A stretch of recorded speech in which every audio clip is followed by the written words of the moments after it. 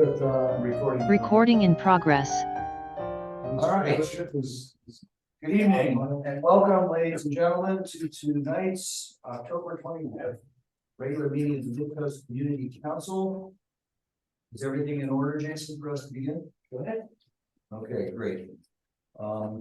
First, we will ask the esteemed secretary to call the roll. Great. Here. Gus. Ann? Here. Claire? Yes. Kimberly? Here. I'm here. Dan? Here. Okay. Following that, let's see if Mike O'Neill is here. He had written me the Board of Supervisors and reports for government officials. Mike has said he was going to be attending from home. I don't see you there, Mike. Okay. Do we have any other public officials who would like to raise their hand and speak under Board of Supervisors and reports from other government officials? Hold on a second. I hear footsteps. That's Gus. Okay. I don't see any other government officials. So Greg, do you want me to take Mike O'Neill's? Did he send you his what he was going to report on? Okay.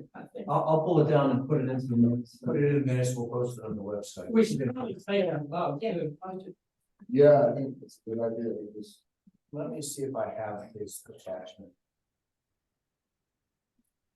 Yeah, it's not here. No, it's not. I have 4 attachments.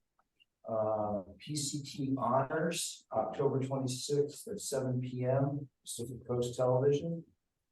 Going to have some kind of an honors event. I see that. I see San Mateo County Farm Bureau Veterans Day Dinner, Friday, November 10th, 2023 at Long Branch Smoothing Farm. Half of the day we'll post this Right. flyer. Okay, I'm just trying to figure out how. Participants muted here. Participants. Representative Arenas.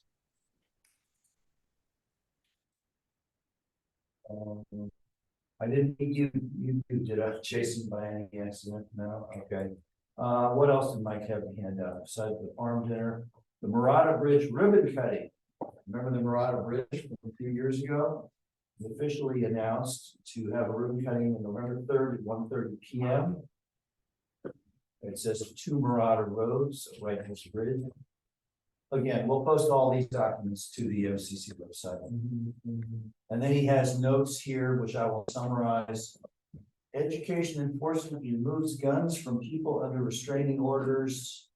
County provided an update on a targeted effort to get firearms out of the people with domestic violence, gun violence, and other civil restraining orders against them. A total of 168 firearms. Board of Supervisors pledged $2 million over 2 years to launch the local effort. There's a note here on flu clinics and COVID vaccination. County Health is recommending that everyone is eligible to get the seasonal flu vaccine and the updated COVID-19 vaccine. The My Turn website is a place to find and schedule your appointments. Residents without healthcare coverage can contact County Health, and there's an email here which we'll publish. Join a public forum on community health. There will be 2 initiatives to improve health outcomes in San Mateo County: a community health assessment and a community health improvement plan. County Health is hosting public events to share findings and gather input. The next step is a virtual kickoff on a meeting on Wednesday, November 1st from 5. And there's emails and websites for more information on that.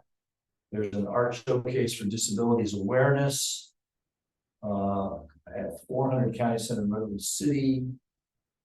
Also, Mike O'Neill's here.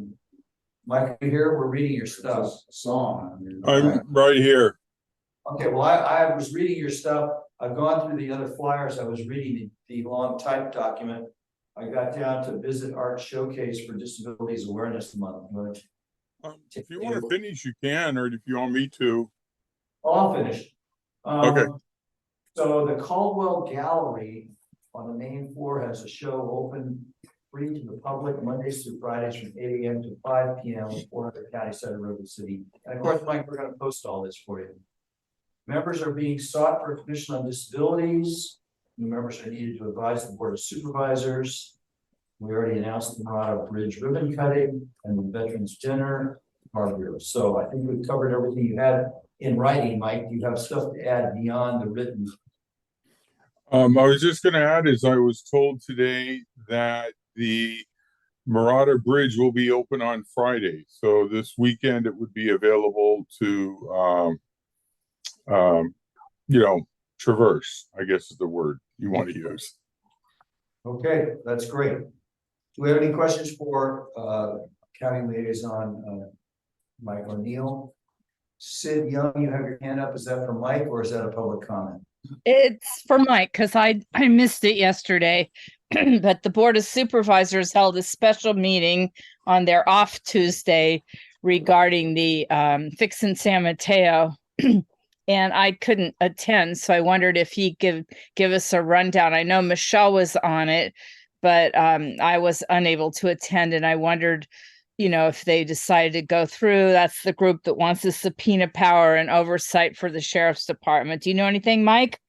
My understanding, I didn't watch the meeting, but what I heard today was that they voted to establish a subcommittee of the board that's going to meet a couple times a year.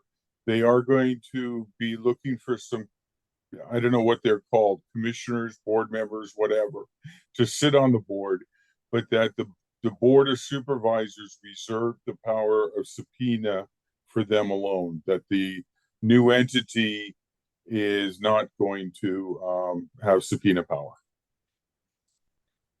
And that's the extent of what I know.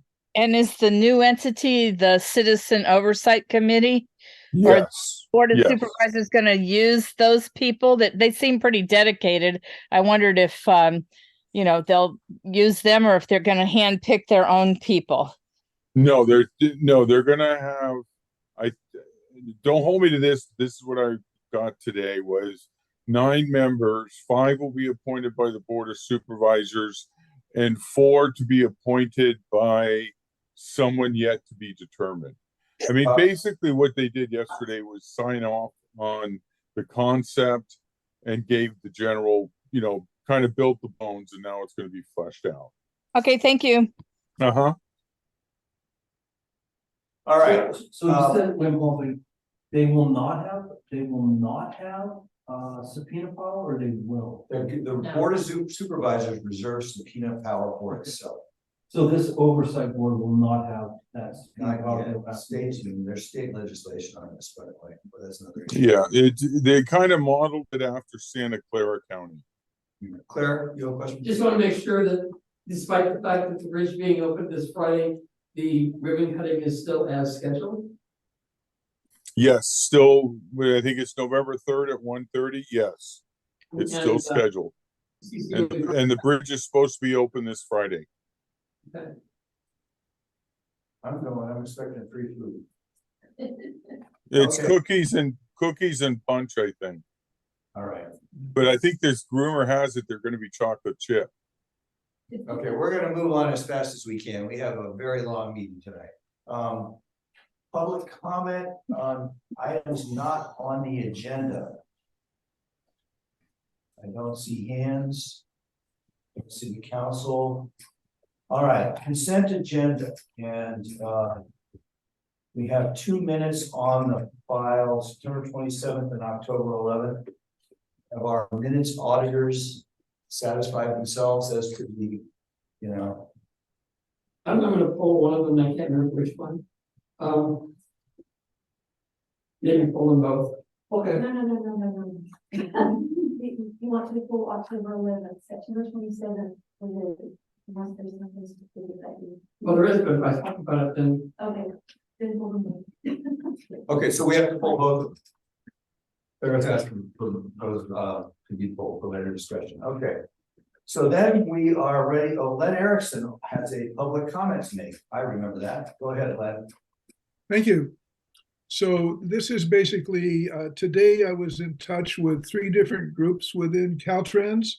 We're working with projects involving the Surfers Beach area. The first one is the multi-asset project.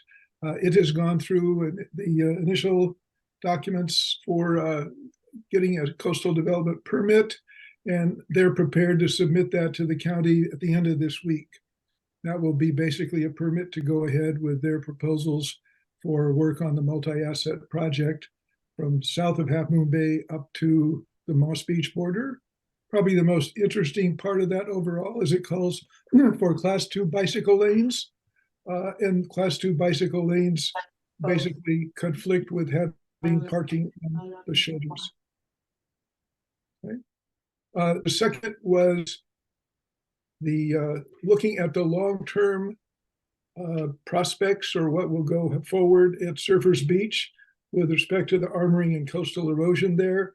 And they have secured a project initiation document to begin that process. It'll involve multiple groups within Caltrans, and we'll proceed. So there's not any document coming forward from that, but they have put the framework in place, and that's probably a 1 to 2 year project effort.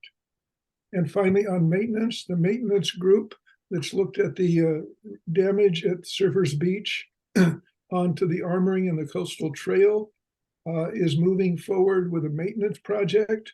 They have secured a consultant who's working on it and working on the documentation for it, but that project work will not begin until next spring.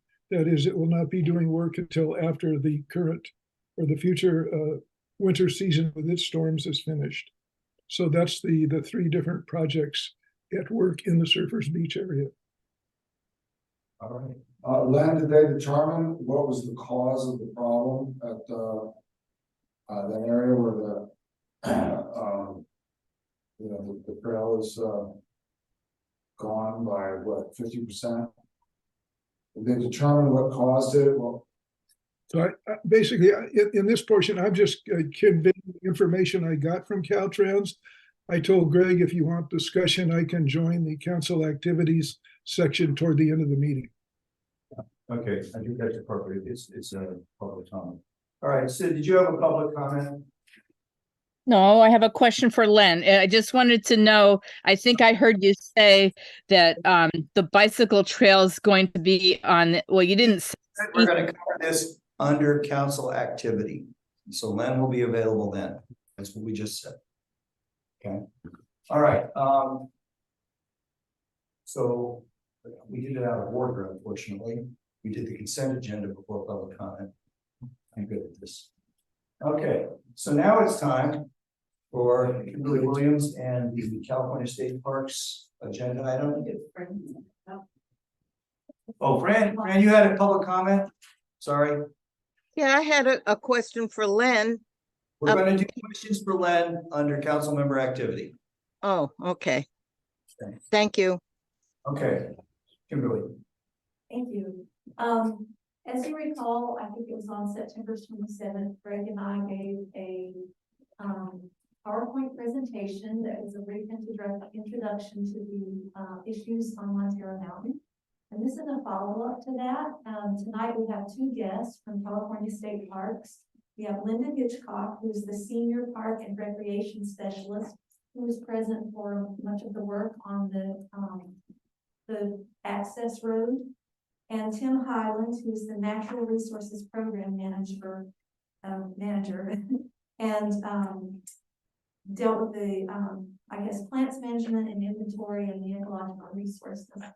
So with that, Linda and Tim, how would you like to start? I think I'll just go ahead and give a little bit of overview of the project, and then I'll turn it over to Tim to talk about the resources and some of the resource management that we're doing at Montero Mountain. And then if we have time, if anyone has questions, they can jump in and ask either one of us if that works. So I'm Linda Hitchcock. I'm the Senior Park and Rec Specialist for the Santa Cruz District State Parks. And I've been with State Parks for over 25 years.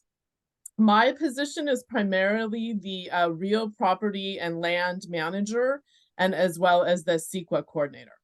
And so I was approached by the County of San Mateo Office of Emergency Services, And we knew that there had been damage and erosion over the winter storms, but we hadn't really been able to do anything about it on that North Peak access road.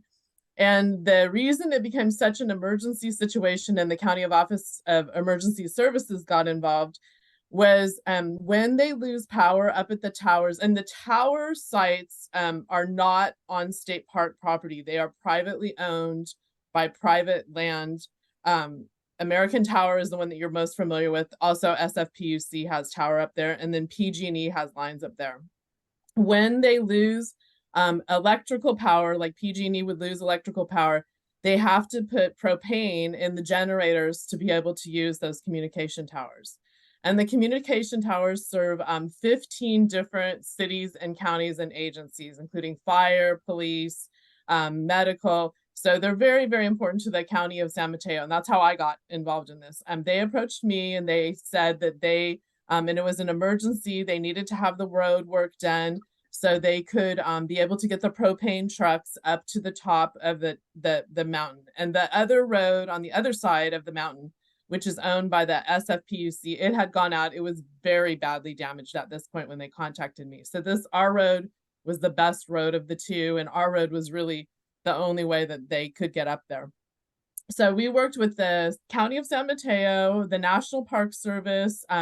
We worked with the water. They also, the water board has land up there, but the majority of the land is owned by state parks, but the project was run through the Office of Emergency Services. And they actually got a whole group together. They funded this whole project. State parks, we don't have any money available for emergencies because we've had so much damage at Big Basin and Seacliff. We basically have exhausted all of our emergency funds. So the County of San Mateo paid for the majority of this project, along with PG&E paid for some work that was done up there. And then the National Park Service and San Mateo County Parks also partnered with us. And the County Office of Emergency Services was the lead agency for doing this. I did all the permitting, the emergency coastal development permit, and the CEQA documents that we do for state parks. And our CEQA documents, we run through the resource division, which is Tim Highlands on this, the cultural resource division, which is Mike Grown, the ADA division, and then also sea level rise, even though that wasn't really that important here because it wasn't a sea level rise damage. The damage was from the storms. And so we got all the documentation permits, and then the County Office of Emergency Services organized all the actual work that was to be done. And then Tim Highland, who's going to speak in a minute, he was one of the coordinators along with San Mateo County Parks environmental scientists for the resource protection that was done. And I feel like this project actually had really outstanding resource protection because we had a specialist from the National Park Service who's a botanist who was working with us to help do this project. So he did a lot of work for us. Tim also did a lot of work on the resources. And so we got all together, we had the road work done, and now basically the road is open and they are able to pass, which is good because that way they can get the propane. PG&E has to go up there regularly to maintain their lines as well. And then also the road is very important in case there's a fire. And even though this happened when it was raining, during the summertime, it's very important to be able to have fire access too. So right now, basically the road is in very good shape, I think. And we're pretty much ready for this winter, which is what we were trying to do. And we're able to get the propane trucks up there. And then I guess I'll just add, Kimberly and I had talked about this. I'm not sure that how many people are familiar with this. The easement on the road for North Peak access is not something that was a state parks. State parks inherited the easement. The easement was given from the ranchers that own the land to the American Tower. And it's basically a perpetual easement that they can access their land, this is the only way they can access. But it's not an easement that state parks entered into. When we accepted the land, the easement came with us. So it's created a lot of work for us that we would not have entered into this easement, but we did want the land. So like I say, we took the easement with it. American Tower Corporation, you probably are familiar with this. is a very, very large multinational corporation. They have not at this point offered to reimburse any of us or work with any of us basically to maintain the road. So right now it's the County of San Mateo Office of Emergency Services that put in the money. So that's kind of my version, and then or my land part of it. And then Tim, do you want to jump in and share the resource part? Yeah, why don't I go ahead and see how sharing screens goes here. How is that? But I don't have that on show. Just a second. Just a moment. Let me step back. No, I've lost everybody. Sorry, folks.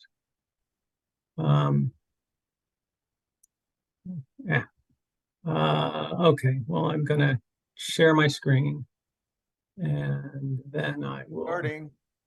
Okay, we're good on the sharing. I just want to make this, I want to put it on the show. There we go. We'll do this here. Okay, and I need to go back a bit.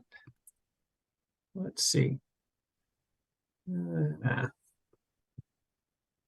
Anybody know how do you go back? Alt tab? Nope, that's not going to do it for us. Backspace? Yeah, let's try that. There we go. Okay. Start at the beginning. So yeah, Linda already introduced me as a senior environmental scientist. I have been a vegetation specialist for the Santa Cruz district for the past 28 years. And what I wanted to do also, while I introduce myself, is introduce the plant that has the greatest standing in CEQA, on this project, which was Arctostaphylos monterensis, the Montera manzanita. And when this project began, that was our primary focus, was on protecting this species. It's a species endemic to San Mateo County. It's a CNPS list 1B.2, which means that it's a rare or endangered in California. As with many rare plants, it's restricted to this very small area, but within that area, it is relatively abundant. So on Montera Mountain, it occurs up on these decomposed granite up towards the top of the mountain.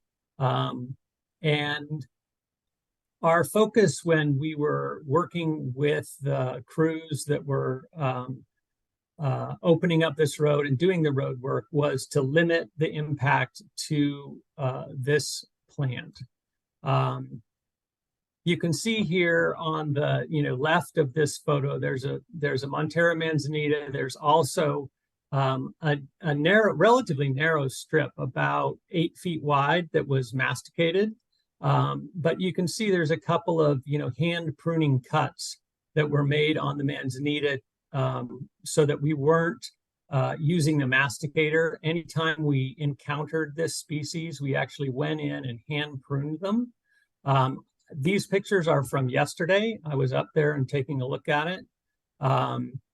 To my eyes, that looked really quite good. This is from the road and looking at a stand of Montera manzanita. This is just to give you an idea of how extensive this population is. So it's not a couple of plants. It's not a few hundred plants. It's several thousand plants over quite a few acres. I don't have a total acreage cover for it, but so this road actually only intersects it and impacts a very small percentage of the population.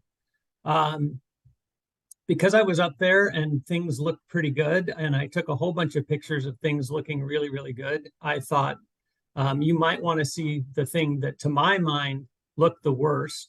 This was where the manzanita had encroached into the road, probably 10 feet into the road prism since the last time that it was maintained.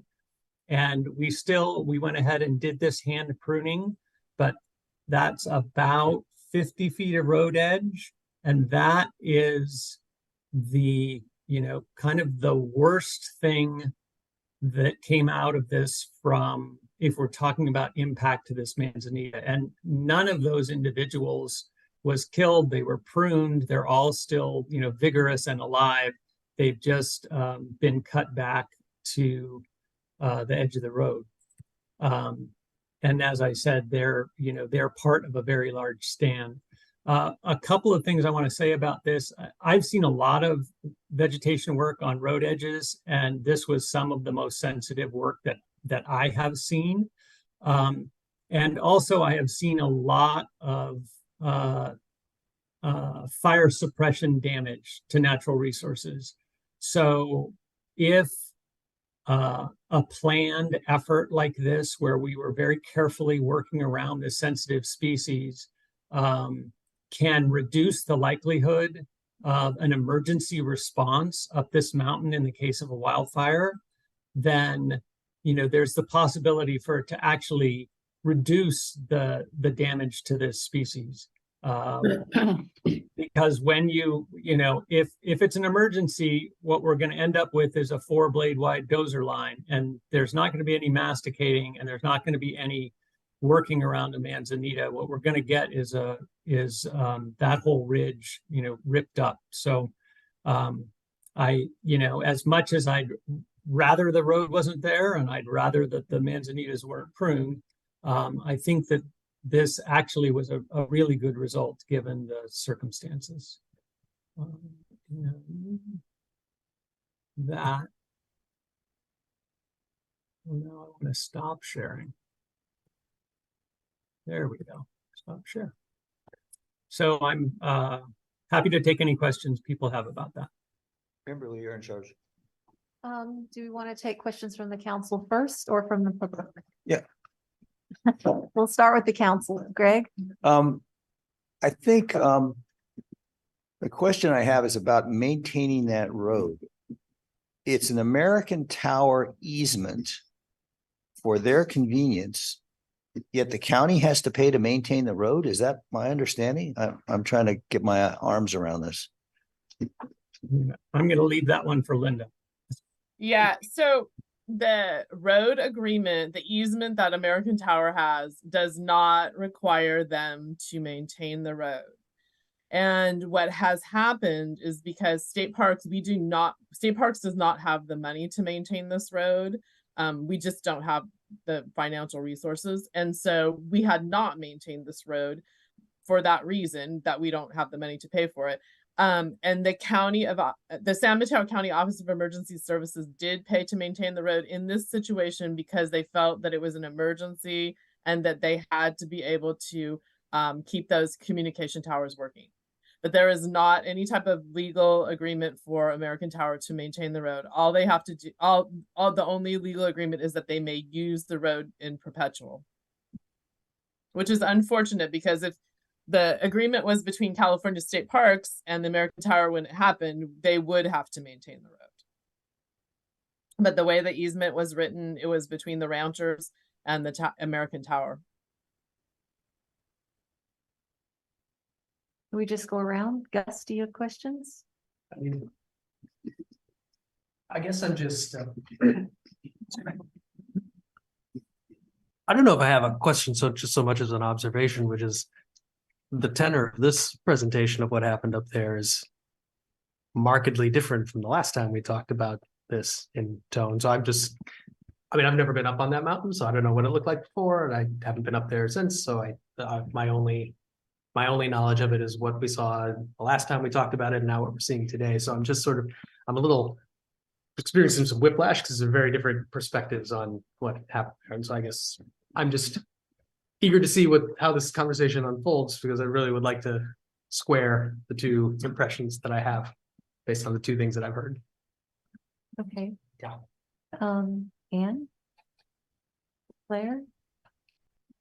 I'm kind of with Gus. I do want to express my appreciation for the care that you apparently took in doing this. I think that one of the things that we weren't aware of was that your focus was on this particular species. And I think that some of the concerns that were expressed by people in the community were about other vegetation, which they felt were mismanaged. And both might be true. So I was also hoping that we could address other ways of servicing the facilities at the top of the mountain that wouldn't involve this road, including perhaps other roads that exist, or even helicopters or whatever. I don't know. So I'm interested to see how this works out too. Thank you for all the attention you spent on it. Well, I'd like to at least address that about the other vegetation, because, I'm concerned about it all, not just the rare stuff. But this coastal shrubby plant community there, most of those species resprout really vigorously when they are top killed. This whole system is evolved with infrequent high intensity fire as part of it. So they're all evolved for the top portions of the plants to be just completely killed and then to recover from that. So one of the reasons we really focused on the manzanita is because it is not what they call a stump sprouter. It actually doesn't resprout. If you were to cut it all the way down, it would die.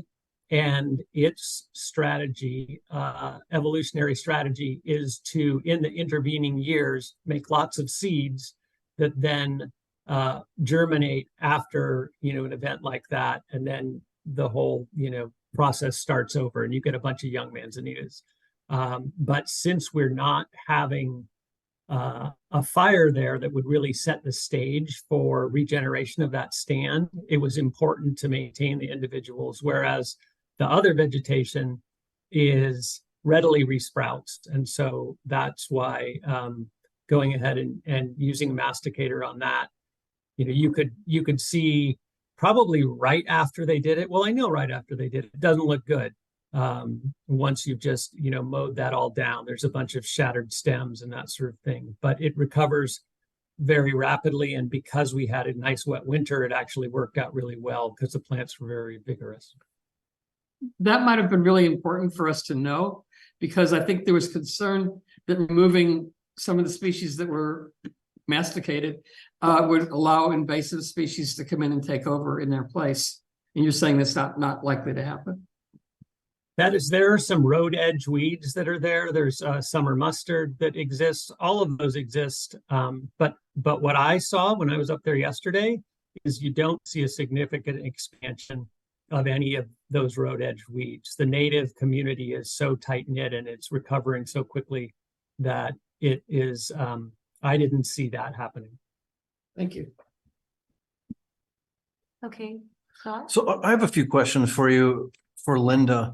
And I wanted to ask you, did you, before they did this maintenance and they said that the road was damaged and there was an emergency, did you go up and look at it before they did it? Did you take I went up there numerous times. Yeah. And you said, oh yeah, this is definitely damaged. They could never get. Yeah. So the days that I went up there several times before that we even got to where we were talking about this. When I went up there, we could only go up there in an ATV, one of the little Jeep sized ATVs. You couldn't, it was impassable in a truck. So I couldn't even get my small 4x4 state park truck up there. There was no way that a propane truck or a fire truck or anything, everybody was going up in very small ATVs. And I can honestly say, even the day that I went up there in a very small ATV and it was pouring rain, it was treacherous at that point. It wasn't even really a good road for an ATV. So you think it's less treacherous now on the really steep portion? Oh yeah. It's you can drive it up in a Tim drove his state park vehicle up there. Yeah. I've drove up in my state park truck that I couldn't drive up in before. Okay, so my next comment is, you mentioned that that's the only way up for that tower. But I don't believe, that's what you said. I don't believe that's correct. There are other access ways to that tower. So for instance, and I've said this a bunch of times at this council, you can go up El Granada Boulevard and go onto Perimeter Road and go straight over to that tower. And that road is nicely maintained, and you would never have to worry about them taking their propane trucks up that road ever again if you access it that way. But I don't have the authority to break the easement between myself and between the lawyers of American Tower and the lawyers of the California State Park say that this is a valid easement. Okay, that's cool. It's an easement, but you're not responsible to maintain that easement. You don't have any, if you say, hey, I don't have the money, I can't do this any longer. They're going to have to find another way because you said they're not interested in maintaining that road, right? They leave it up to you. They're not. So what if you say we don't have the money to do this? What's what we said for the last 25 years. Okay. And people drove up there, and then it got to be so bad that people couldn't get up there. But who's complaining about this? It's American Tower. San Mateo Office of Emergency Services and the 15 cities and counties that have repeaters up there. Because American Tower tells them that they need to maintain this road. Is that right? Because they couldn't get up there to get to their tower. Right. It's American when the power went out. And again, it's American Tower then. It's through the city of San Mateo and all those other organizations you said that say, please maintain this road, right? They're the ones that did maintain it, yeah. Right, but they don't legally. American Tower has the right to access the tower. Okay, that's cool, but you don't have to be responsible for maintaining. No, we did not. We did. Right. Okay, so if you don't, at some point, they're not going to be able to get through, right? And what happens then? If you just call the Office of Emergency Services will call me and tell me that they have to do an emergency action. They have to do an emergency action. So you're not paying for that then? Somebody else is, right? Yeah, the Office of Emergency Services and PG&E paid for it.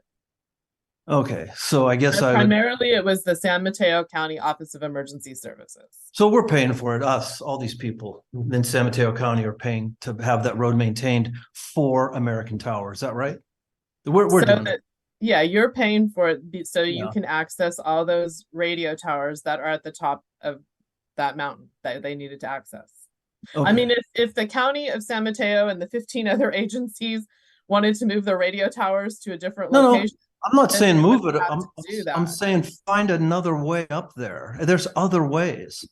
I'm passionate about finding a different way. So, well, what I would suggest is that you guys have a very, I don't have a lot of authority over the San Mateo County Office of Emergency Services, but you guys work for the San Mateo County. I would suggest that you ask the Office of Emergency Services to try to pursue that.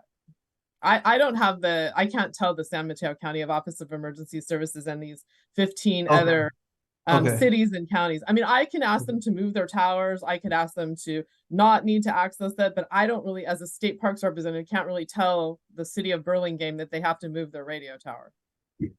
Okay.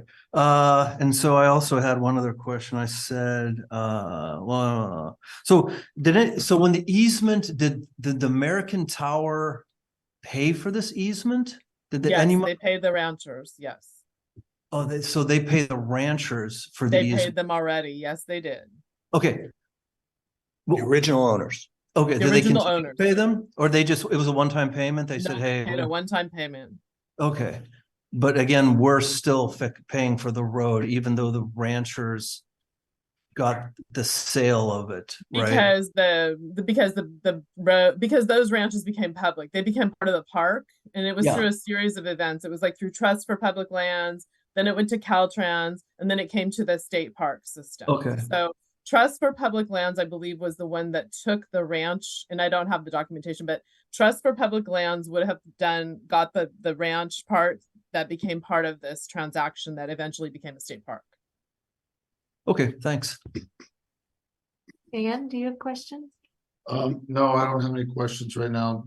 I am interested, and I don't know if there's any public comment. Okay, well, I'd just like to ask a couple of questions before we move to public comment. Following up on Scott's first question, I believe that the land that road you mentioned, Scott, is on GGNRA land, so it would be up to them to allow access through that road. Is that correct, Linda? Yes, that's not our property. That is GGNRA. And a piece of that road, I believe, goes through the water board area. But the primary part of it is the GGNRA. Okay. So yeah, they would have to get federal permission to go through it that way. Okay. And then can either of you speak to species of concern that are on Montera that could have possibly been impacted by this work? So I know that there are several species like there's a butterfly and The elfin blue. Yeah. Yeah, there's the elfin blue, and which larval host plant is on the stone crop, Sedum spathiolifolium. And that's a very low growing plant that grows on these granitic outcrops, actually in the north facing exposures of those. And there was one patch of that, not on state park land, but on GGNRA land. And it was avoided. It was easy enough because a masticator can't grind granite anyway, and the plant doesn't really impinge on the road. So there wasn't even any work done in the vicinity of that plant, which is the host plant for the butterfly. And we were out of the flight season for the butterfly, so that wasn't an issue either. Okay. And are there other species of concern that were monitored during this project? I mean, we were in nesting bird season, and so there were nesting bird surveys that were conducted. And although none of the species there are rare or endangered, they are protected under the Migratory Bird Act. And even though actually the wren tits are not migratory, but we did go ahead and identify and buffer and protect all of the nesting birds that were detected there. And those were the primary species that we were looking at. Okay, thank you. My last question has to do with erosion. And I actually do walk on that road frequently. And what I noticed is that in places the road was cleared all the way to the edge. And it looks to me like the potential in heavy rain for erosion over the edge in places that weren't spots of erosion before, that could be the case. Did you look at that? And I guess I'd like to hear more about the areas of erosion that could have been created by this work and how to mitigate that. Yeah, well, actually, it's not a great road alignment. Ranchers put it in the easiest way to get up there they could. It's steeper than they should be. It's got an inboard ditch in some places, and it's got culverts that needed to be cleaned out. The road work that was done will have significantly reduced the sediment inputs and the erosion on that road. They installed some significant rolling dips on the lower portion of the road. There were some runouts that will reduce the concentration of water before it does exit the road. In a perfect road alignment and a beautifully designed road, the road is invisible to the water. The water just sheets across it. It doesn't collect there and then concentrate. There were a lot of things wrong with that road before they started, and it would take a really significant project, and you would end up having to remove a lot of native vegetation to fix a lot of what's wrong with that road. But within the lens of the road that they had, they made a significant number of improvements as far as erosion and drainage on that road. That road is in much better shape from an erosion standpoint now than it was prior to this work. Are I there can- other actions that you would recommend to make that situation better? Because, and maybe it's just that I don't understand well, but in places where things were masticated right up to the edge, there's nothing, right, to prevent the water from just going over the edge. And Having the water actually spilling over the edge regularly is the best possible thing that can happen. The worst possible thing is for that water to be entrained in the road, concentrated, and then shot over the edge where it can carve a gully out or into a culvert. So the more that water sheets across and goes right off the road as soon as it gets on, the better you are as far as for sheet erosion and for maintenance of a road. So yeah, but yes, the road, the sooner you get the water off the road, the better. And that is a lot of what was done, was to make that water get off the road sooner than it was, as opposed to entraining it on the road. But like I said, to really fix that road would require really a complete reroute that would make the road significantly longer and therefore have more impact on the vegetation, in order for it not to concentrate runoff. And there is, more work that could probably be done with the installation of culverts and rolling dips on that road than was done, but it would be extensive and expensive. okay. I wanted to add to one of the things we did to work on the lower part of the road for erosion is there was a culvert that had, I don't know if you probably didn't even notice that there's a culvert that had collapsed. It was about 50 years old, and we replaced that culvert. So that's a lot better. And then we cleaned out the culverts, and especially in that lower section, a lot of the culverts were filled with just debris and just basically needed to be cleaned out. And so in the lower part that you come to, you're going to see that the culverts are going to be working a lot better. They're a lot cleaner. The one is new. And so especially in that area, the water should be a lot better, a lot less erosion in that area. A lot of work was done on the lower part with the culverts. Okay. One last thing. One of the things that we've talked about here at the council is sort of long-term planning, and, establishing a maintenance plan that's more regular as opposed to these emergency situations where it's sort of a one-off emergency, go in and do it quickly, and it upsets everybody. What are some things that you would recommend in terms of long-term maintenance, establishing a regular plan? I'm assuming that would be something that would be collaborative with you and the county, and possibly other stakeholders. Yeah, we've actually talked about that with the county, and we've talked about that with GGNRA and San Mateo County Parks. We all have been in discussion when we were working on this project to do exactly that. So that's on the list of things to do, or yes, it's something that we're interested in doing. We don't have it yet, but we definitely talked about it as part of this project. And I think one of the things too that we need to take into account is that we had so many years when it didn't rain, right? So it was like, we don't really worry about this. But really what we are seeing now with the rain is that we do need to have a regular plan in place, and that we can't just sort of wait. So yeah, that's on the list of things to do. And we have been talking about that.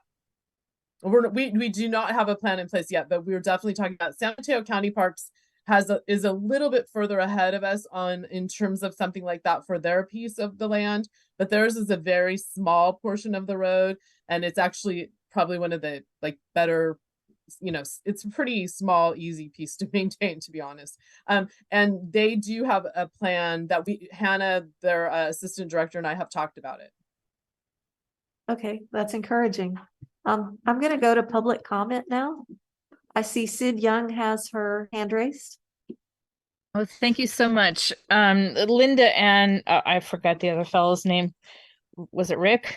No. Anyway, it's Tim Highland. Tim and Linda. There was a really interesting presentation, and I saw the earlier slides from people that went up there and were horrified. And it did look, like it's growing back and filling in, but the question I had in one of the slides that you showed, it really looked like they'd gone in with some Roundup, and just it was all the edge of the road vegetation was gray and dull looking, and then further back was the manzanita. And I wondered if you had used some kind of herbicide in there to initially start out, or did you actually go in and cut it back, but it died off? Because it definitely had. I don't know if you want to put that slide up again. You said you called it the worst area, and it did. You could see a little erosion on the road too. But when I looked at it, it just looked like a gray band of dead vegetation right up next to the road, and then further back it was green. Yeah, there was no herbicide used on this project. That was all, once you cut a plant and leave the bits that are dead there, the leaves first they turn brown, then they turn gray. So that was, you also see that when some of the material that was masticated was dead to start with, right? There was definitely a component of dead stems and that sort of thing. So it immediately, you already had these kind of shattered dead things. And when you do have, the fog and some moisture there, it turns gray pretty quickly. But there was no herbicide used, and that was all just vegetation that turned gray after it died. So that was masticated first, and that's why that looked all gray, like big band of gray. No, that was cut. The reason that it was gray is because we cut the green bits off the top, and plants are self-pruning, so the leaves under the canopy of the shrubs were already dead, right? Because there was no light to them. So by going ahead and cutting them back, kind of taking a cross section, we were kind of cutting into the shrubs. So it's, if you get into a thick shrub like that, the interior of it, all those leaves have already died off. Some of the stems have died off. And so you have dead material inside the shrubs. That's why people like to go in and kind of prune them up and clean them up. But it's a natural part of how shrubs grow. And so that's why that looked that way. Yeah, I guess that sort of explains things more, because I believe the slide I'm referring to was the one that you said had grown right down over the road. So it might have been a really healthy stand, but once you went in and clipped back the tops, the green healthy tops, then there was just brown stems. So yeah, exactly. All right. And then I too would be in favor of what I'm having trouble with names tonight. I guess it's old age.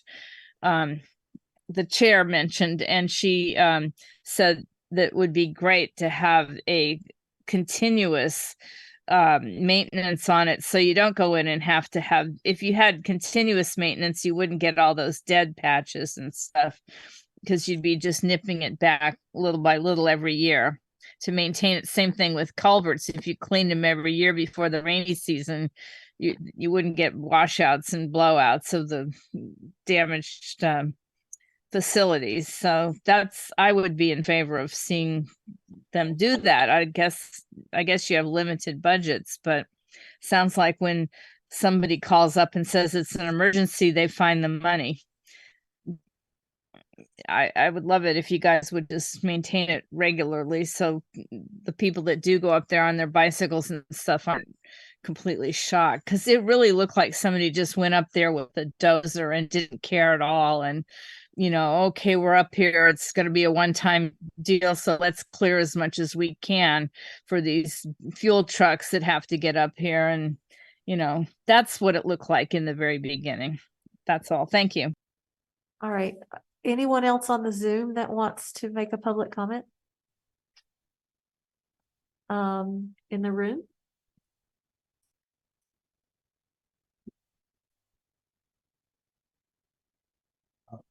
Moss Beach. I have commented extensively on this in the past. I was one of the ones who blew the whistle when the initial damage was done up there. I've been up that road since 1985. Several thousand times. There have been periods when I walked it every single day. as an exercise as much as any. My background is in biology. I was a biology major. I spent many years involved with scientists of various sorts, providing illustrations for scientific textbooks and so forth, including some of the leading ecologists in the world. I don't know how experienced the state parks people that we're talking to tonight are on these sorts of things. That road has been maintained at least a dozen times over the years since 1985. The condition it was in this spring, when no emergency was present, was no different than it has been most years after normal rainfall. Many people able to drive four-wheel drive trucks have been up there. Maybe you can't get there in any way but a quad, and I would encourage quads to be used on that road. But that road has been traveled over the past, what are we talking about now? Close to 40 years. In the condition it was in this spring, before this so-called emergency took place, there was no emergency. This declaration of emergency, by declaration of emergency, was, in my opinion, almost criminal. Never before have the roadsides been cleared up there like they were this time. 8, 10, 12 feet, where the big arm of the masticator came in and cleared the roadsides. Those will take, by experience with other similar damage to the vegetation up there, 5 to 10 years to come back to the structure, vegetation structure that was there before. That will not bring back all the minor species. And what we're talking about is the most natural area on the whole entire San Mateo County coast and beyond up there. Biodiversity is a huge issue. One should not get sidetracked on a few species that are listed. And by the way, there were entire bushes of Montera manzanita taken out by this. And some of the bushes of Montera manzanita that were taken out were after mastication had gone 8 feet off the edge of the road and then trimmed the manzanita on top of it. 8 feet away from where it was could have been impinged on the road at all. How do you explain that? This was not sensitive in any way.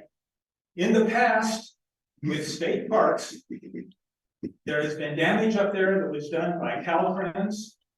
We got the county to jump in and correct that as much as possible when they were trying to get the bypass through.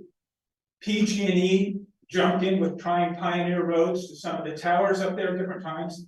That was stopped in its tracks by Chet Bardo when he was the person in this area.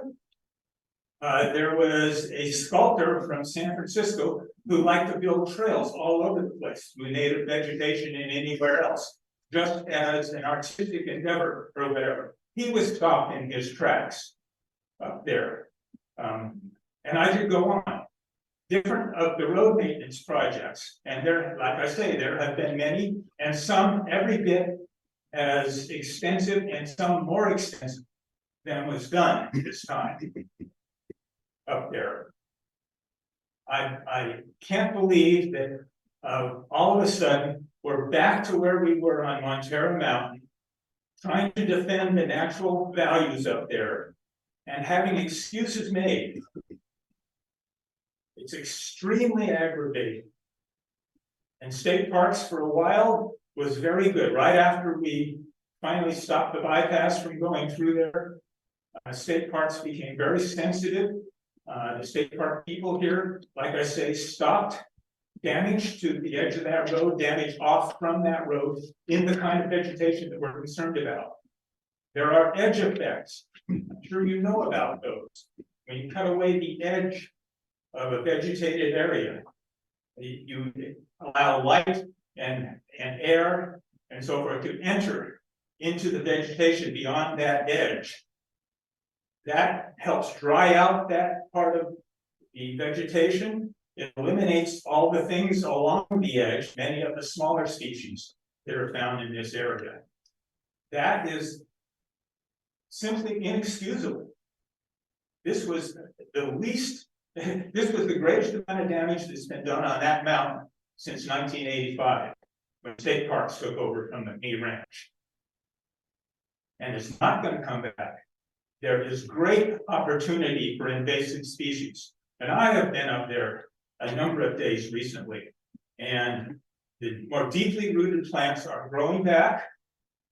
The minor species are scattered here and there, but not nearly growing back as one would have them. They've been, their roots and so forth, which don't go as deep as, say, the sage, California coastal sage, or coffeeberry, the baccharis up there, the coyote brush. These minor species, which are part of the overall scene, are not growing back. In other areas, there are many, many species. There have been extensive plant surveys done on this mountain time and again, along this road and throughout the rest of the vegetation on the mountain. And there are dozens and dozens and dozens of plant species in the just the plant biodiversity up there. There have never been decent surveys of the animal biodiversity. And when plant biodiversity is directly related to animal biodiversity, of course, they're all interwoven in ecosystems.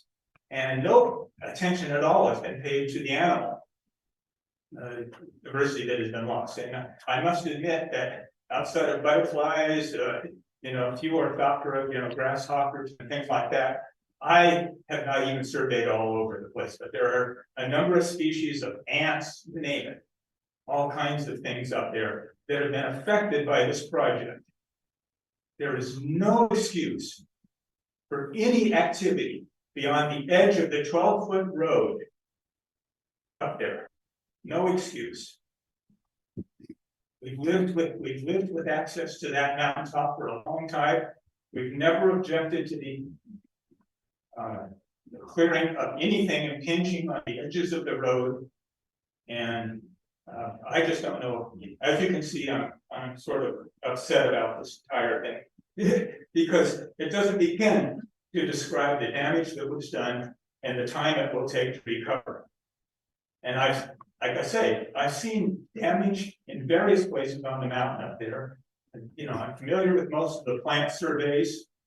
One of my best friends did a plant survey. If you ever went to Montera.com, you can see that we had a lot of local interest in the plant life up there on the mountain.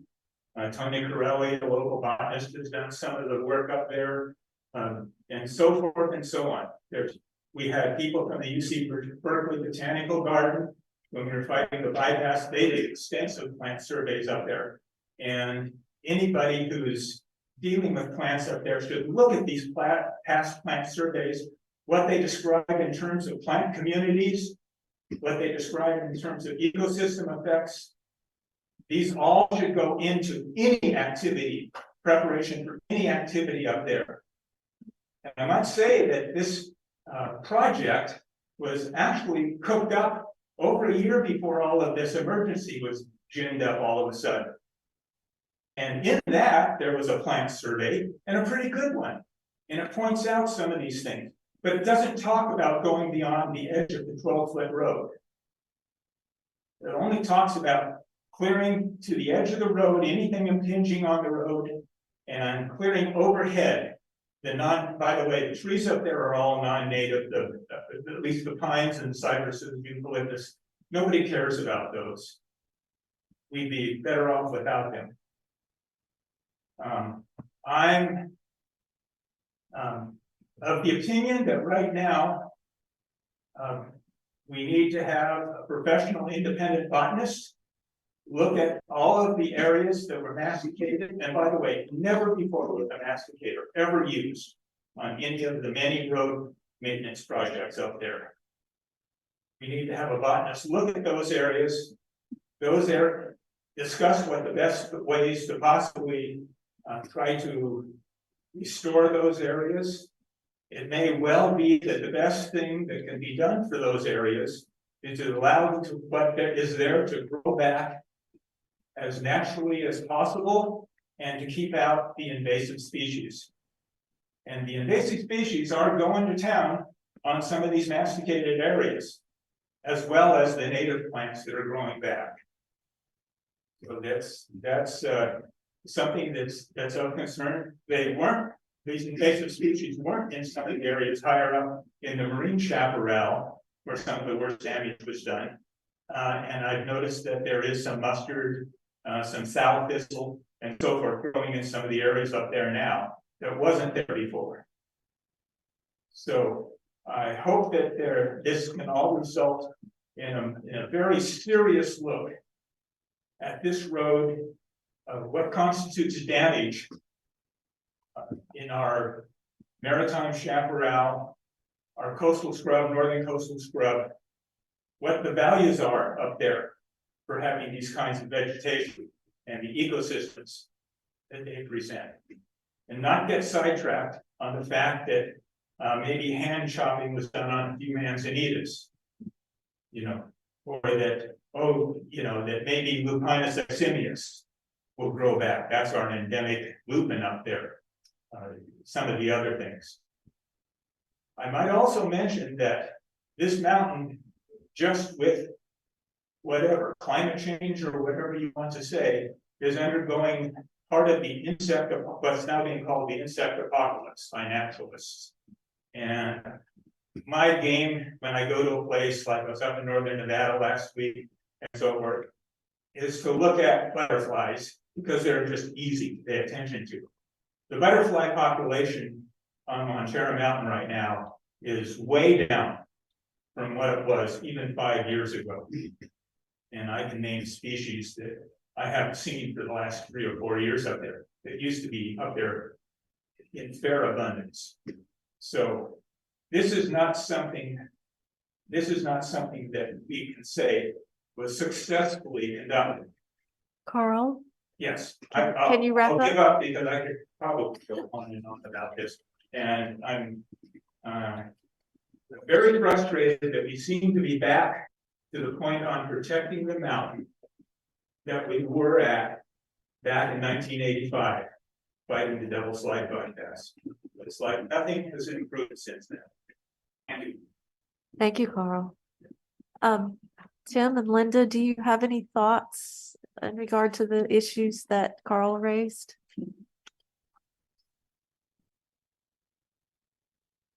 I appreciate his passion and his understanding and knowledge of the mountain. And I think that I addressed his concerns in my previous comments. Weeds like invasive, exotics like Sonchus are temporary. They're early colonizers, and you will, when you have disturbance, have that sort of thing happen. But it is worth remembering that this maritime chaparral ecosystem is adapted to infrequent, high-intensity disturbance, and it recovers very rapidly from that. I would contend that it's not going to take 10 years. I would say in 5 years, you're unlikely to be able to tell there's a difference, but we won't know until 5 years from now. So there's really no point arguing about that. But this was done with a consideration for all of the biodiversity on that mountain. That is State Park's mission, is to protect the biodiversity of the state of California, and particularly the natural resource function, which I head. So this is not done for any other reason. This project was not a natural resource project, but it was done in a way that I don't believe has the impacts that were just mentioned. Okay, thank you. I see, Fran, you have your hand raised. Did you have a comment? Yes, I have a question. Fran Pollard. Thank you. Well, did I hear, Linda, did you say that you have no money? State Parks has no money? No, state parks doesn't have, we have a budget. Our budget though for emergencies was expended with the Big Basin CZU fire and the Seacliff. I'm not sure if you know, the Seacliff State Beach was very badly destroyed last year. So we spent all of our district-wide emergency money on those, particularly Seacliff last year. So yeah, we have funding. We just don't have emergency funding last year because we had spent all of our emergency money on Seacliff and the Big Basin and all the other damage. We had damage at Francis. We had damage at multiple beach units from the atmospheric rivers last year. So we did not, come April or March this year, we did not have any emergency money left. So all the money then went to emergencies because of storms of last year. Is that right? Because I was going to say, I find that hard to believe.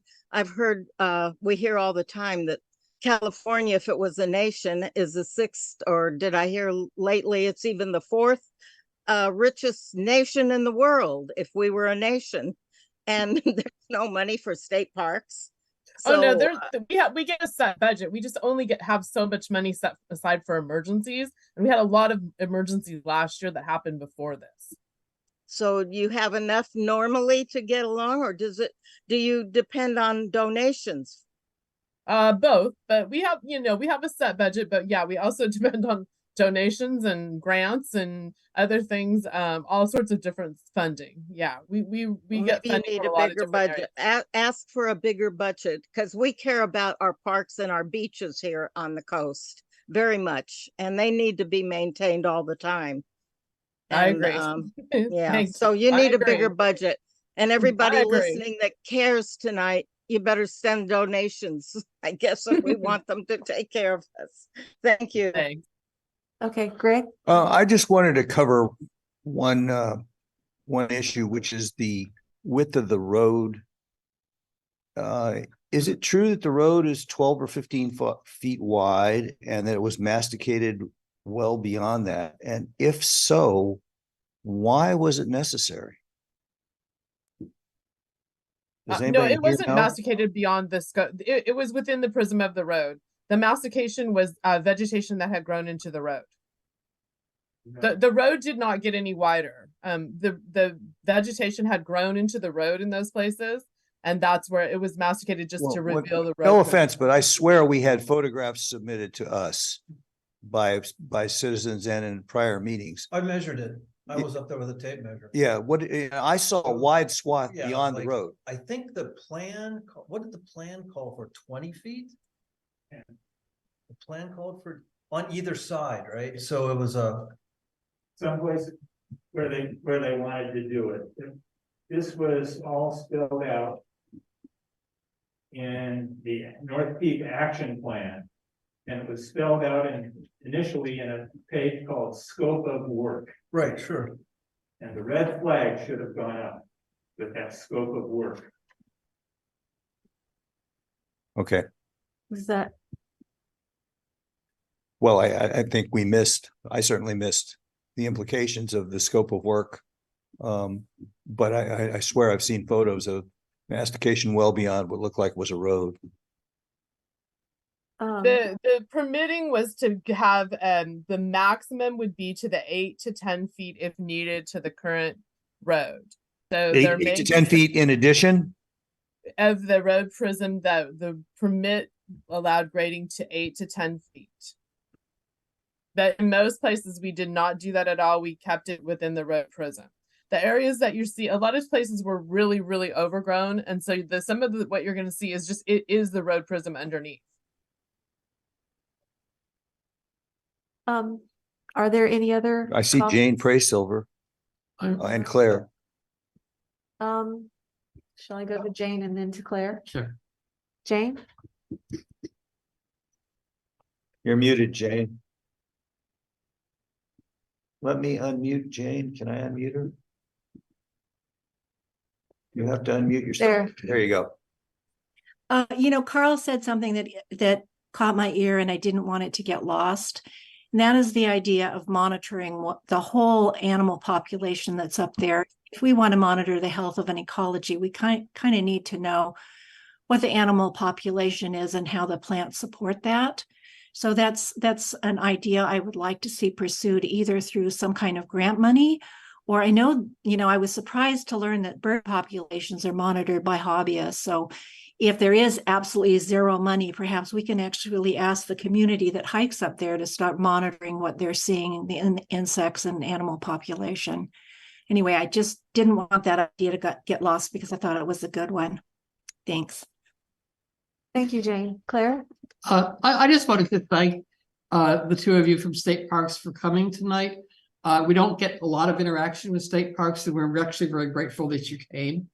I don't want you to leave with the sense that we're all terribly upset with you. We're trying to get to the bottom of what the situation is.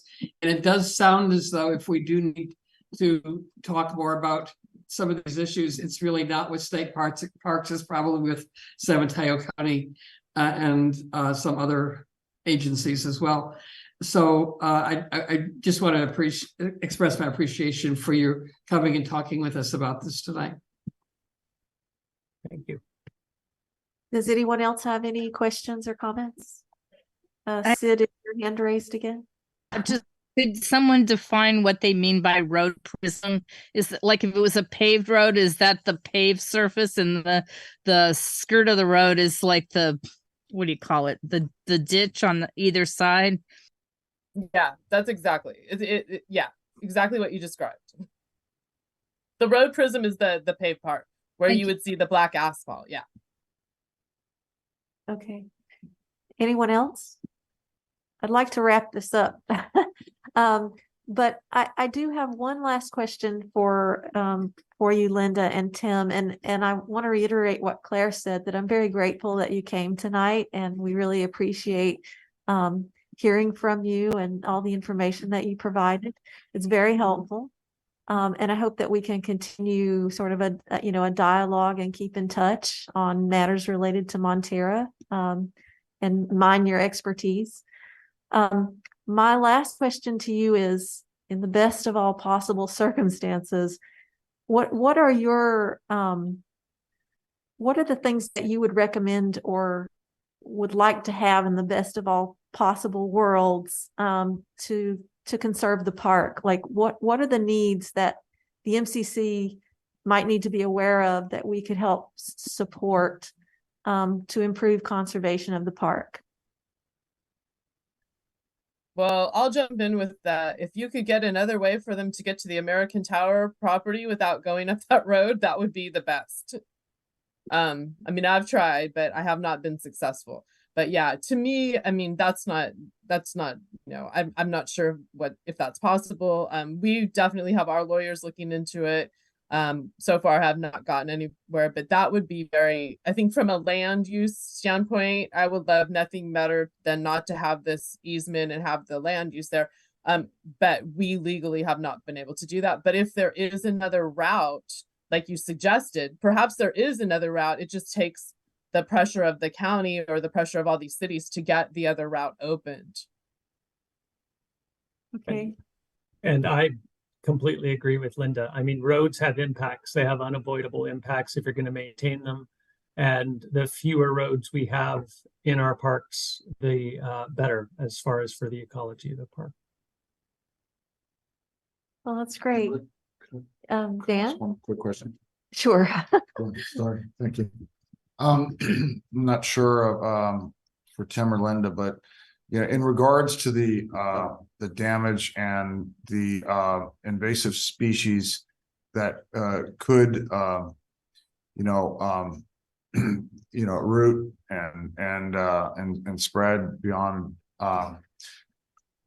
Has that been discussed as far as a maintenance? I mean, I think I heard you, Tim, say that you were less concerned, that you don't think that it will spread far, but if it does, how would that handle to keep it in balance? We work very, very hard on invasive species on Montara Mountain. We've made huge strides on removing jubata grass throughout the mountain. There's also a new invader called Heliochrysum petiolare, which is a licorice plant or limelight, which is kind of swallowing up areas north of the Golden Gate. and was detected on the mountain a few years ago. And we're working very hard to keep that under control as well.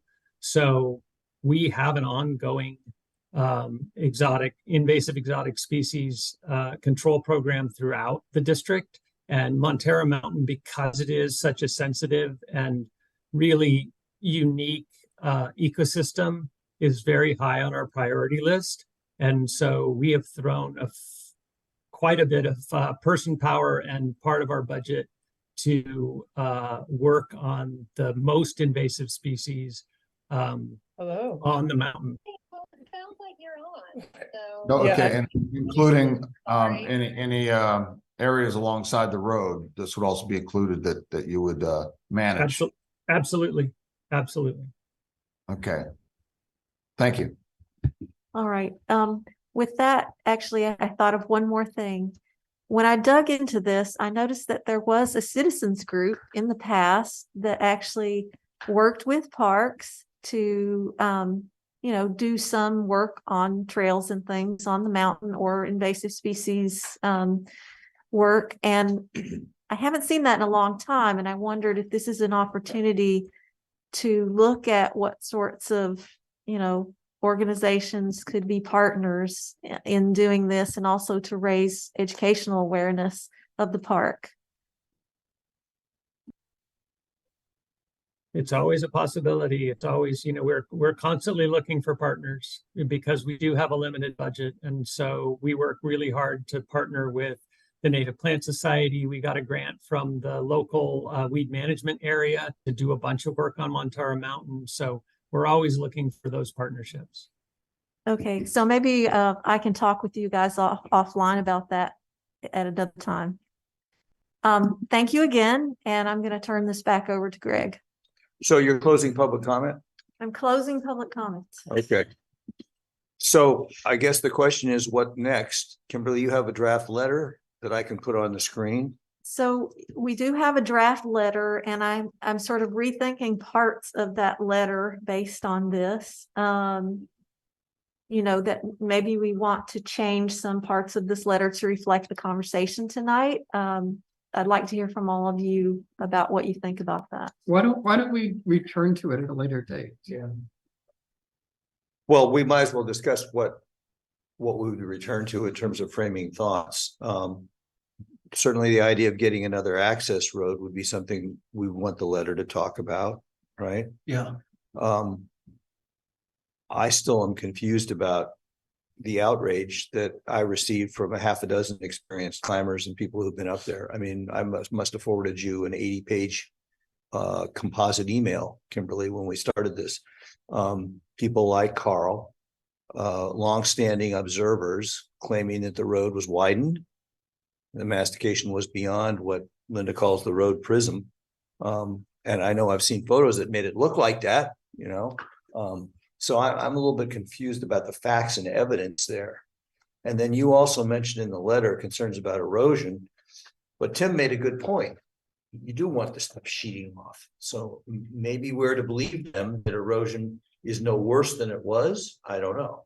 That's true. And I almost wish that we could have a tour. We could go out there with an expert and talk through some of this and have people explain it, because I am up there. I walk up there frequently. And there are spots that are very concerning to me, and but I'm not an expert, so I don't know for sure what my impression, I don't think my impression means anything because I don't have that expertise. So one last thing, I do take comfort in the fact that Linda went up there repeatedly in advance of this project, and that Tim was involved. Whether or not you agree with whether protecting just the big fish in the pond, the manzanita, was sufficient, or we should have probably looked at a survey beforehand and compared and contrasted and all that stuff. But it's good to know that there was some stewardship, because I was wondering when I heard about this thing, was there anybody there at all watching? So I'm taking some comfort in the fact that Parks was involved. So I guess with that, then we will revisit the letter maybe at the next meeting. as we discuss future agendas, that's fine. If All right, if you, well, if you're willing to Yeah, consider Yeah. redrafting parts of the letter and bringing it back for discussion. Sure. Okay. And then I wonder if might be a good idea to consider doing maybe some video documentation of some of the key areas that were maybe overcut, over widened. Well, when you say video, would you include photos? Because we have 150 of them. Well, yeah, I mean, it's difficult to look at 1,000 spots, but the worst areas that could have a better. Sometimes you have a picture of the worst area, but if that's the area we really want inspect, a video and kind of close up. So it's just easier, I think, at least for me. Some people may not, difficult to get all the way up there. Yeah. So I thought, I don't know, it's just a suggestion. I'll look into it. Any other council comments before we consider this agenda item? I would say pended for future meeting. I just want to make sure that one of the things that we thought was urgent was the erosion concerns. And so rains are starting. And if we don't think that that's an emergency anymore, then we're okay with putting this off. Tim doesn't seem to think so. There are people in the community who do, but I think the question Tim raises is how bad was the road before they did anything? I mean, it may have always been an erosion problem. It was. And he says it's better. There are new ones.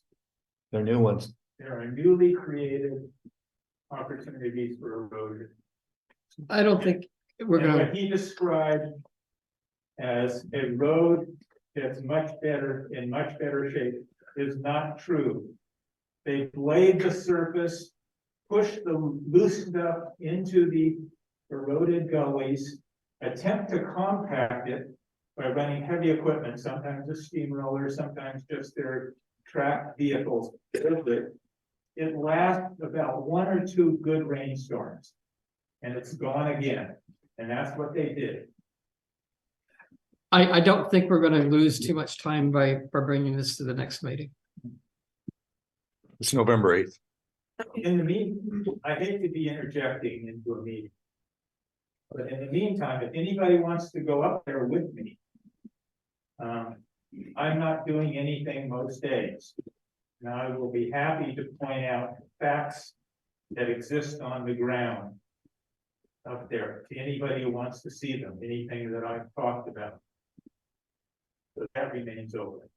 I think it's a good suggestion, and if I could hike it, I would. I may join you. I may take you up on your offer. Yeah, I With my- can't, with my I can't kid hike there. it. We'll look into organizing a tour. All right, so we'll have a field trip. I'm certainly interested. Fact finding field trip. All right. So with that, Kimberly, in your agreement?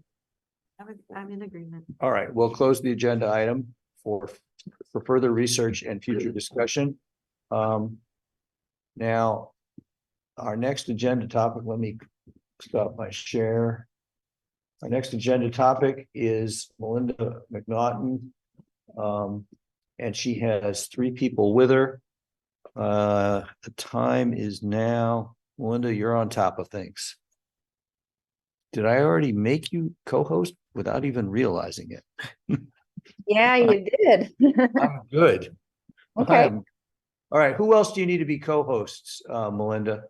Sandy DeSimone and Sarah Kaiser. Give me a second to find those names in the very long list of attendees. Sandy DeSimone, co-host Sarah Kaiser. Right. Co-host, that's 3. Where's Megan Kahn? Megan doesn't have slides, but she's going to be just talking. Okay, good. Well, then all 3 of you should within a few minutes, I hope, receive a request to be co-host. And if you don't, please send me a chat. And Melinda, go ahead. Okay, can everybody see my screen then? Yep. Yes. Okay, perfect. All right. Welcome everyone. And thank you to MCC for hosting us and creating a space for public taxpayers to express concerns. Thank you to Nicholas Calderon and Supervisor Mueller for attending and being willing to work with us on pesticide policy. We will present facts regarding pesticides, effects on ecosystems, our concerns, and alternative solutions being used. The word pesticides, as we use it here, is like an umbrella term for all poisons known as herbicides and pesticides. Glyphosate, which is Roundup, will be mainly discussed, but I'll be going back and forth between those words. So I'm Melinda McNaughton. I'm a dietitian. I have a master's in nutrition science. I took coursework from Kiss the Ground, and I'm currently finishing coursework on soil microbiology from the Soil Food Council. I have somebody talking in the background. Can you guys? I just found them and muted them. Okay, thank you. I'm a member of El Granada Advocates, local neighbors advocating for the protection of our environment and wildlife to keep our local climate resilient. I want to thank members of El Granada Advocates that contributed to this presentation. We did a lot of research. We tried to find out what the parks were doing, and we did a lot of research on pesticides as well. The reason we are involved is we were getting emails and calls from many concerned neighbors about the use of glyphosate in both parks, San Mateo County Parks and GGNRA. Many of our neighbors witnessed the GGNRA staff in full hazmat suits spraying with backpacks significant areas near their homes in June and July. We are seeing discussion on Nextdoor about the desire to discontinue it as well. I want to just briefly say thank you to our expert speakers who will be talking after me. They'll introduce themselves later, but I want to thank Megan Cowan, who has introduced me to these amazing women and other advocates in California, including Kim Conti at Non-Toxic Neighborhoods. So we understand that native plants and habitat need to be protected. However, the general philosophy of parks and some environmental groups now is to do this using toxic chemicals on public lands. Is glyphosate used in our parks? Yes, it is, along with 11 other herbicides in the San Mateo County parks. What GGNRA and San Mateo County parks both do is spray glyphosate on specific invasive plants regularly. San Mateo County parks say they use minimal herbicides, but we need a definition of that. What's the threshold and who is monitoring this? Here are our neighbor concerns about the usage of these in the parks. Public health, reliance on continued use of glyphosate and increased use on new fire breaks. We recognize reliance on something doesn't always allow for alternative considerations. Number 3 is spraying and leaving contaminated plants to become fuel load.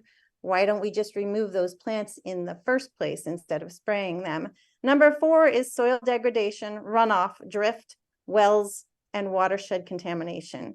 And currently there are no policies, nothing stated in the policies to reduce pesticide use. What are motivations for municipal use of pesticides? Ease of cost, and ease of use and lower cost. But what are the costs to our health and the environment? So is glyphosate safe? Here are some facts. We know this issue has many sides. Our position is, since we do have overwhelming research showing proof of harm, it should not be approved or labeled safe. Here are some undeniable facts. Look, I'm going to be looking at numbers 4 through 6 here. In 2020, the courts ordered the EPA to report the effects of glyphosate on endangered species. The report stated 93% of endangered species of plants and animals can be injured and killed. The EPA had delayed this report for years and was pushed by Monsanto to do so, and there's evidence, written evidence of that. Number 5 is in 2017, the EPA reported or stated glyphosate is not likely a carcinogen. But just last year in 2022, the court ordered the EPA to withdraw this flawed assessment, that's what they called it, flawed, due to failing to follow their own guidelines and excluding some crucial research. And number 6 is cited research shows it can take up to 22 years to break down in the soil. Harm and persistence is documented and confirmed. It is now in our rain, food, drinking water, urine, and blood. It is linked to cancer and many other diseases. And one study I was looking at stated all the animals, it affects all the animals in the animal kingdoms down to the microbes. Here's a graph of pesticide use worldwide. You can see that in 1990, we were using 1 million tons of pesticide, and the blue is the herbicide use. In 2020, it went up to 2.5 million tons. It is expected to reach 4.4 million tons by 2026.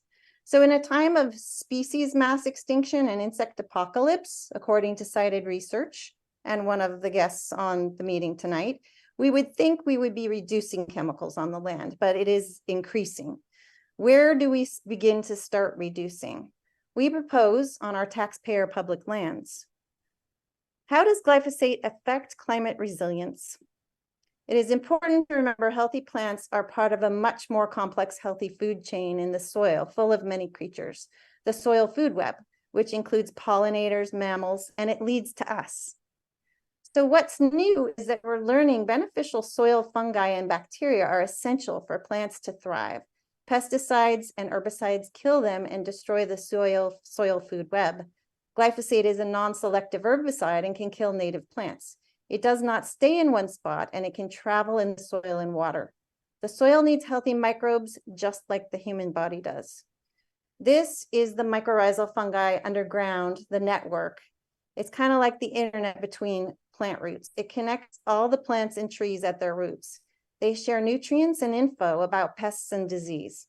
Research shows glyphosate can travel on this network to affect non-target and native plants.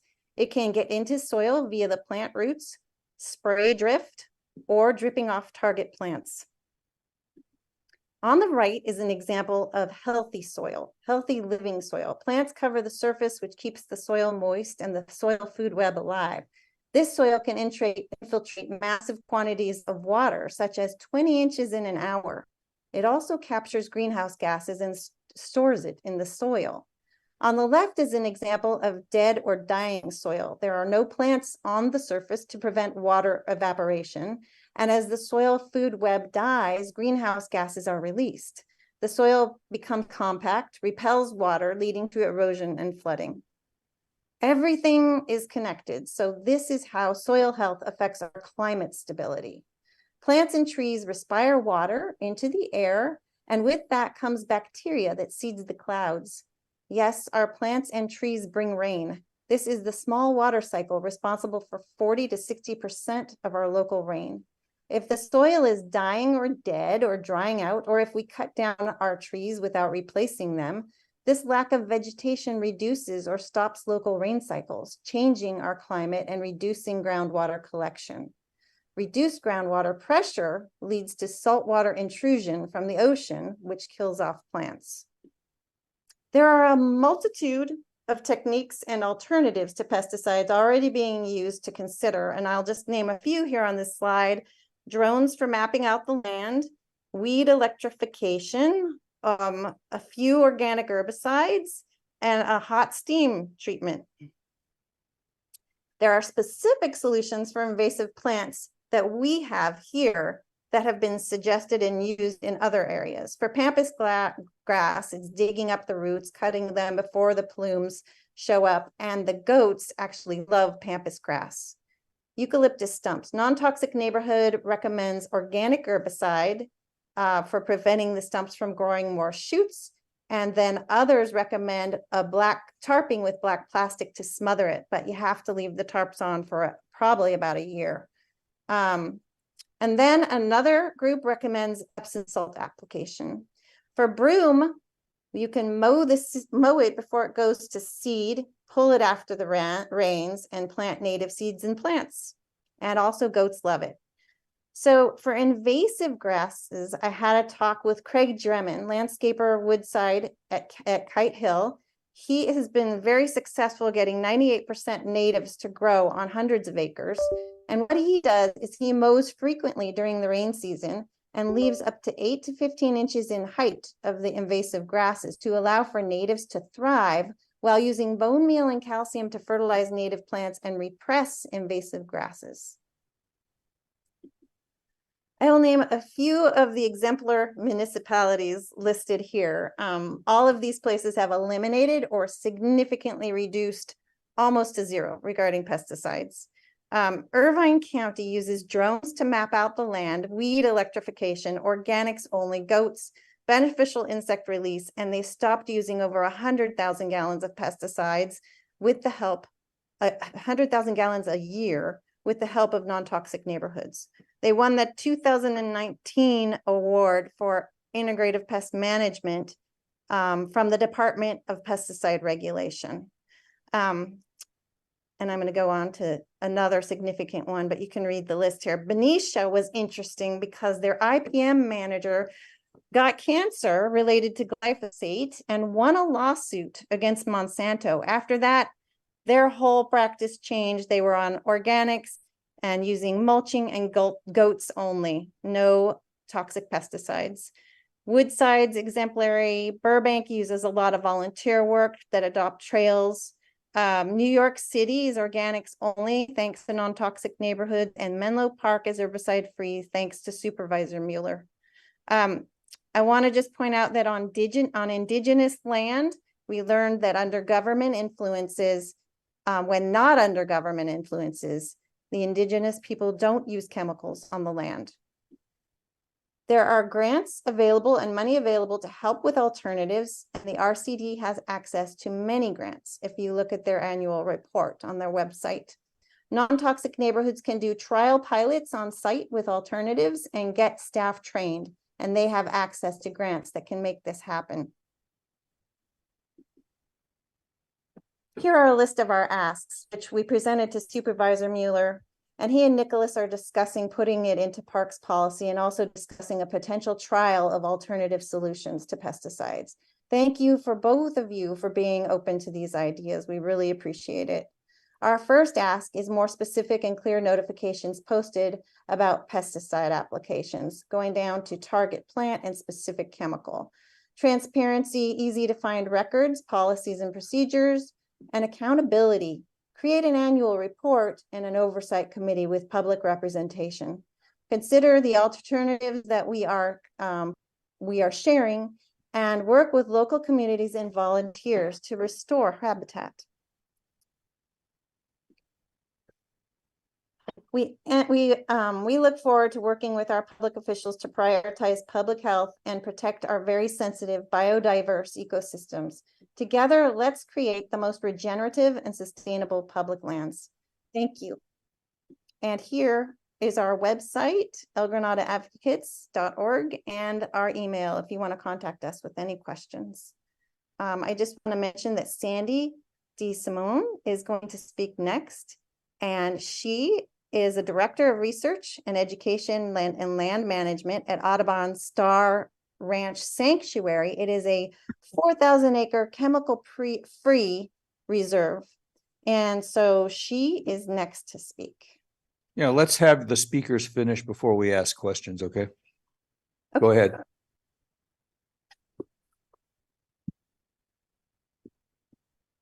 Should I stop my share, Greg?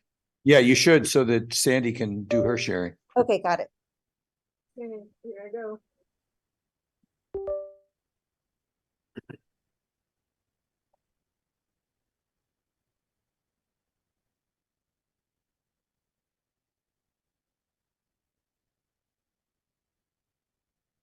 So I'm going to talk for about 10 minutes about land management without. Can you get a little closer to the microphone, Sandy? Not better? A little closer? Oh. Right. Still not good? That's probably okay.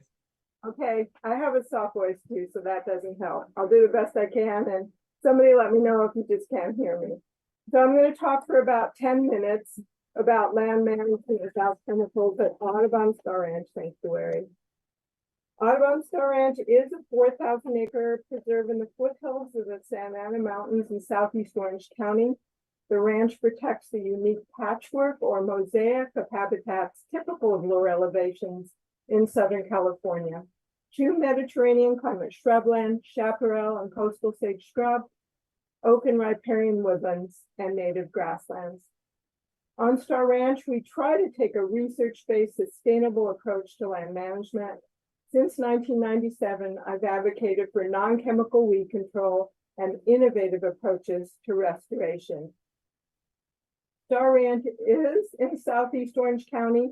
Our western boundary is adjacent to continuous suburbia, but to our east and south are 140,000 acres of contiguous wildland. Star Ranch land management has influenced practice on 200,000 acres of preserved land from Ventura to San Diego counties through visitation and solicited advice. The U.S. Fish and Wildlife Service has called our work cutting edge. Our work focuses on three major program areas: applied research, land management, and education. And if we're known for anything, we're known for innovation, integration, and sustainability, but here I'm going to focus on innovation. So an example of innovation in land management practices, we pioneered a new type of coastal sage scrub restoration that uses 1 to 2 meter or 3 to 6 foot wide strips that run along slope contours for shrub planting with unplanted areas or buffers between.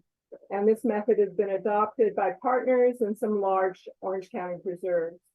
We use no chemicals, and we do use adaptive or research-based land management. I prioritize our long list of weeds for non-chemical control, and we test control methods in experiments. Over a series of experiments, we found a method to control our highest priority weed, artichoke thistle. It's spiny with a 6-foot deep taproot, and we reduce its cover by 95% in one season in most of our work sites.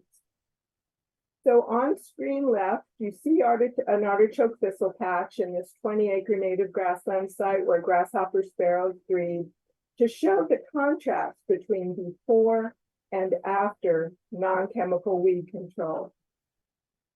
Year 2 of artichoke thistle treatment, we begin either enhancement of the existing needlegrass grassland stand, or if shrubs are already colonizing artichoke thistle treatment area from adjacent coastal sage scrub, we restore to coastal sage scrub. The 3 Ps of non-chemical land management, in my opinion, are persistence, patience, and perseverance. There are 2 fundamental and interrelated land management practices on Star Ranch: non-chemical weed control and accepting some non-natives into hybrid ecosystems. A hybrid ecosystem is composed of both non-natives or weeds and native species, whereas a novel ecosystem is non-native dominated from human-related disturbance. Researchers suggest that during initial phases of a new non-native introduction, that land managers go for it, remove, and that relies on early detection. But for established non-native populations at Star Ranch, we ask, does the established non-native have positive or neutral effects on observable wildlife, which for us are songbirds and small mammals? And if so, accept it into a hybrid ecosystem. So I'll give an example of how I make decisions on accepting non-natives into a hybrid ecosystem for coastal sage scrub restoration, a globally endangered shrubland. Here's some of our qualitative monitoring or photo points in a coastal sage scrub restoration site. This is at baseline, and the site was dominated by non-native artichoke thistle, which our data show provides poor habitat for songbirds and small mammals.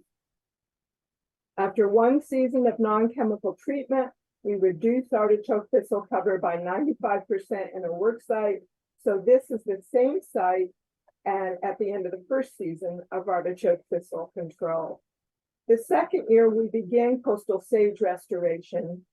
And by the 7th season, coastal sage scrub restoration sites often look like this. In the new restoration sites, the field crew controls the worst forb or non-grass weeds, and they're mostly thistles, so that non-native annual grasses dominate buffers between shrub strips. I asked the crew to cut grasses before flowering, and they were gone within 2 years. Then a much worse weed, English plantain, erupted from seed banks. I learned that managers risk replacing one weed with a less manageable weed species. So I developed a strategy of accepting non-native annual grasses, and targeting non-native dicots, those are the forb or non-grass invasives, leave the non-native annual grasses, then monitor effects of this strategy on native plants and wildlife, songbirds and small mammals. Here are some of our monitoring data from buffers or unplanted areas between the shrub strips from 3 different coastal sage restoration sites, Site 2, Site 3, Site 5. The y-axis is total native cover, really mostly shrub species, and the color bars indicate the years of restoration. So blue bars are the first year of restoration, green is the second, and so on. And what we found was a nice trend of increasing native shrub cover over time in all 3 sites without our crew doing any non-native annual grass control. Other data indicated that annual grasses disappear over time in restoration sites. So we asked how that happens. From results of previous research, we asked, could herbivores or plant-eating animals play a role? We asked, is there an effect of herbivores on non-native grasses and buffers? And we did a number of experiments. Let's take a look at an exposure or cage experiment. In a number of coastal sage restoration sites, we put cages, as you see in the photo, in the bare ground in the unplanted buffers between the planted shrub strips. We placed uncaged control plots also. The graph shows some results. The green bars are for inside cages and the gray bars are uncaged control plots. So from left to right, there was significantly higher total herbaceous or non-shrub density and annual grass density under cages than in control plots. We left cages in place for 2 years.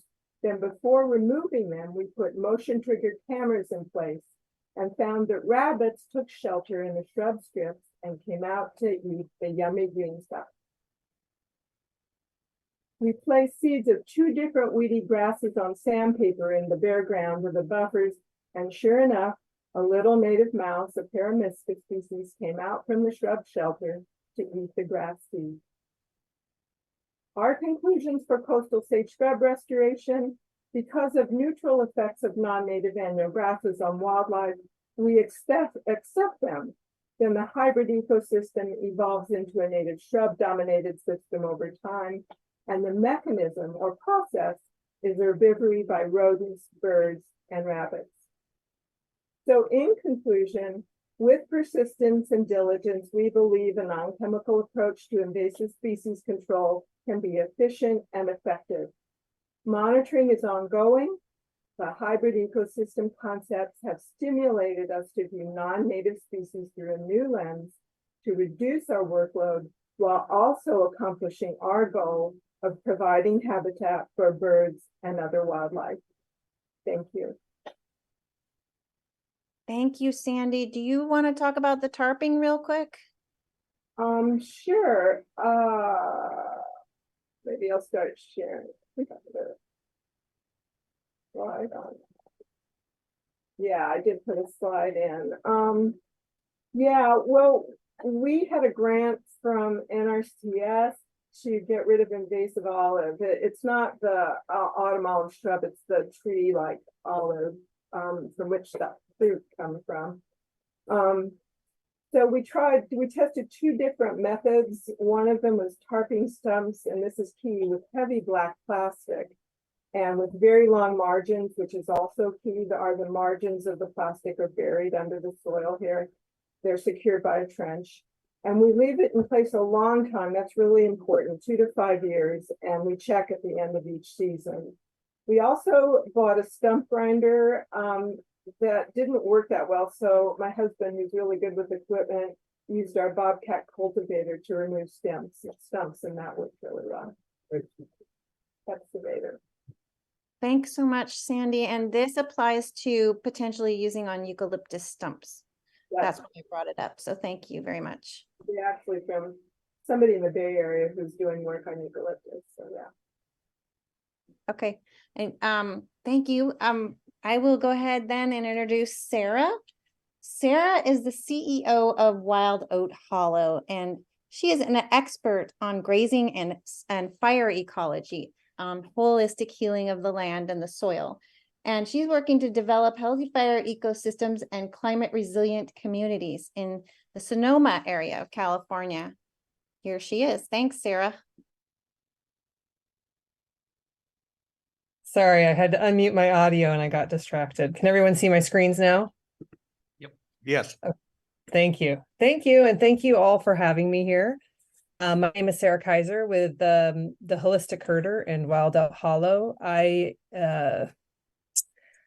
am one of those people that are a grazing expert, but also really about land stewardship, ecological recovery of our landscapes, bringing ourselves back to healthy fire ecosystems and climate resilient communities, helping communities to come together, to work together towards their own climate resiliency, and changing kind of our connection to the landscape and understanding that our goals of ecosystem management need to be large and holistic rather than singular in our approach. So a lot of what I do and what I'm here to talk about is just kind of changing how we do things rather than what we do. So looking at the landscape different, looking at a holistic landscape, looking at all the different pieces working together to bring us back to healthy fire ecosystems. Transitioning our perspective of animal, I work a lot with vegetation management for fire fuel load reduction. And I did hear earlier in the meeting talking a little bit about, worry about wildfire along roadsides. So some of this is incorporated in here into fire, but it's all also about ecosystem restoration with invasive non-natives. So transitioning our perspective of annual vegetation from a burden into a resource, which we really should be viewing it as. That regrowth is something we're really going to need to be using as a resource and not seeing as a burden. Empowering strong, resilient communities through collaboration, kind of like you're doing in this meeting, with a lot of voices here and voices being heard and a lot of people coming together to think about ways forward together. Understanding land stewardship and wildfires do not stop at property lines. Public lands abate private lands. We have to work together across property lines to actually transition ecosystems. We have to think broader, especially with invasive non-natives and any sort of changing systems. We need to make sure we're crossing all of those lines and thinking bigger in what an ecosystem is. Changing our relationships to fire and fire ecosystems. So much of what our work should be right now is not fighting fires or stopping fires. It's understanding we live in a fire ecosystem and making sure that we're stewarding this landscape back to a healthy fire ecosystem.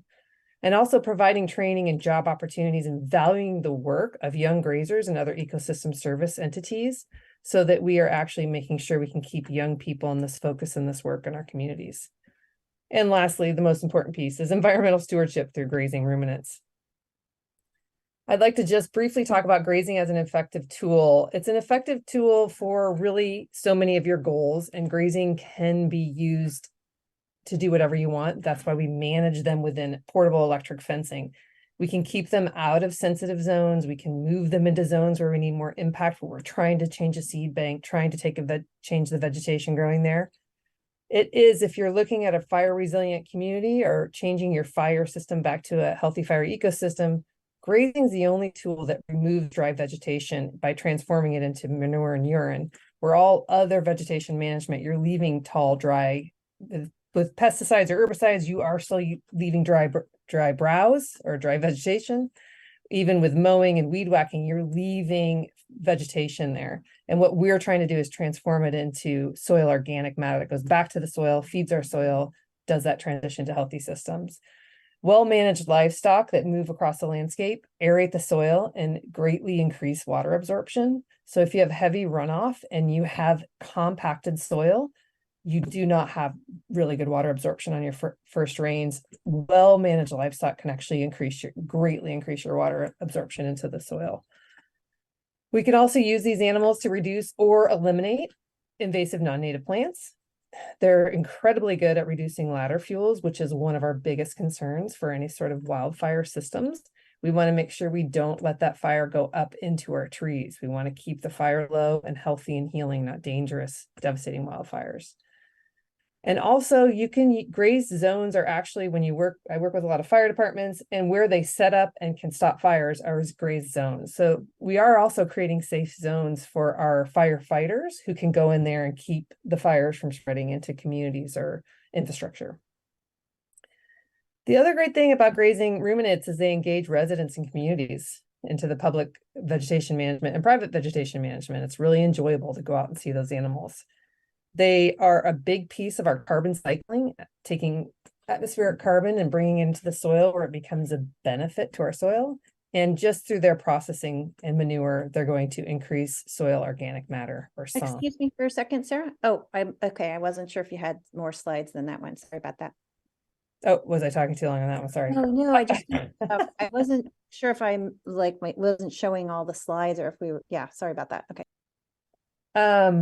So this slide just shows you a little bit about the carbon cycle and animals and plants and ruminants and grasslands really, and plants have really developed over the years together for millennia, coming together, and most plants need impact to truly thrive. It's just the right amount of impact, the right amount of rest. Plants need animals, animals need plants. There's the cycling and the cycling of photosynthesis and regrowth and carbon cycling that we're trying to bring back. And grazing animals are one of the most effective ways to bring this tool back into place. And it's also talking about how our water cycling can be changed through the way we manage our landscapes.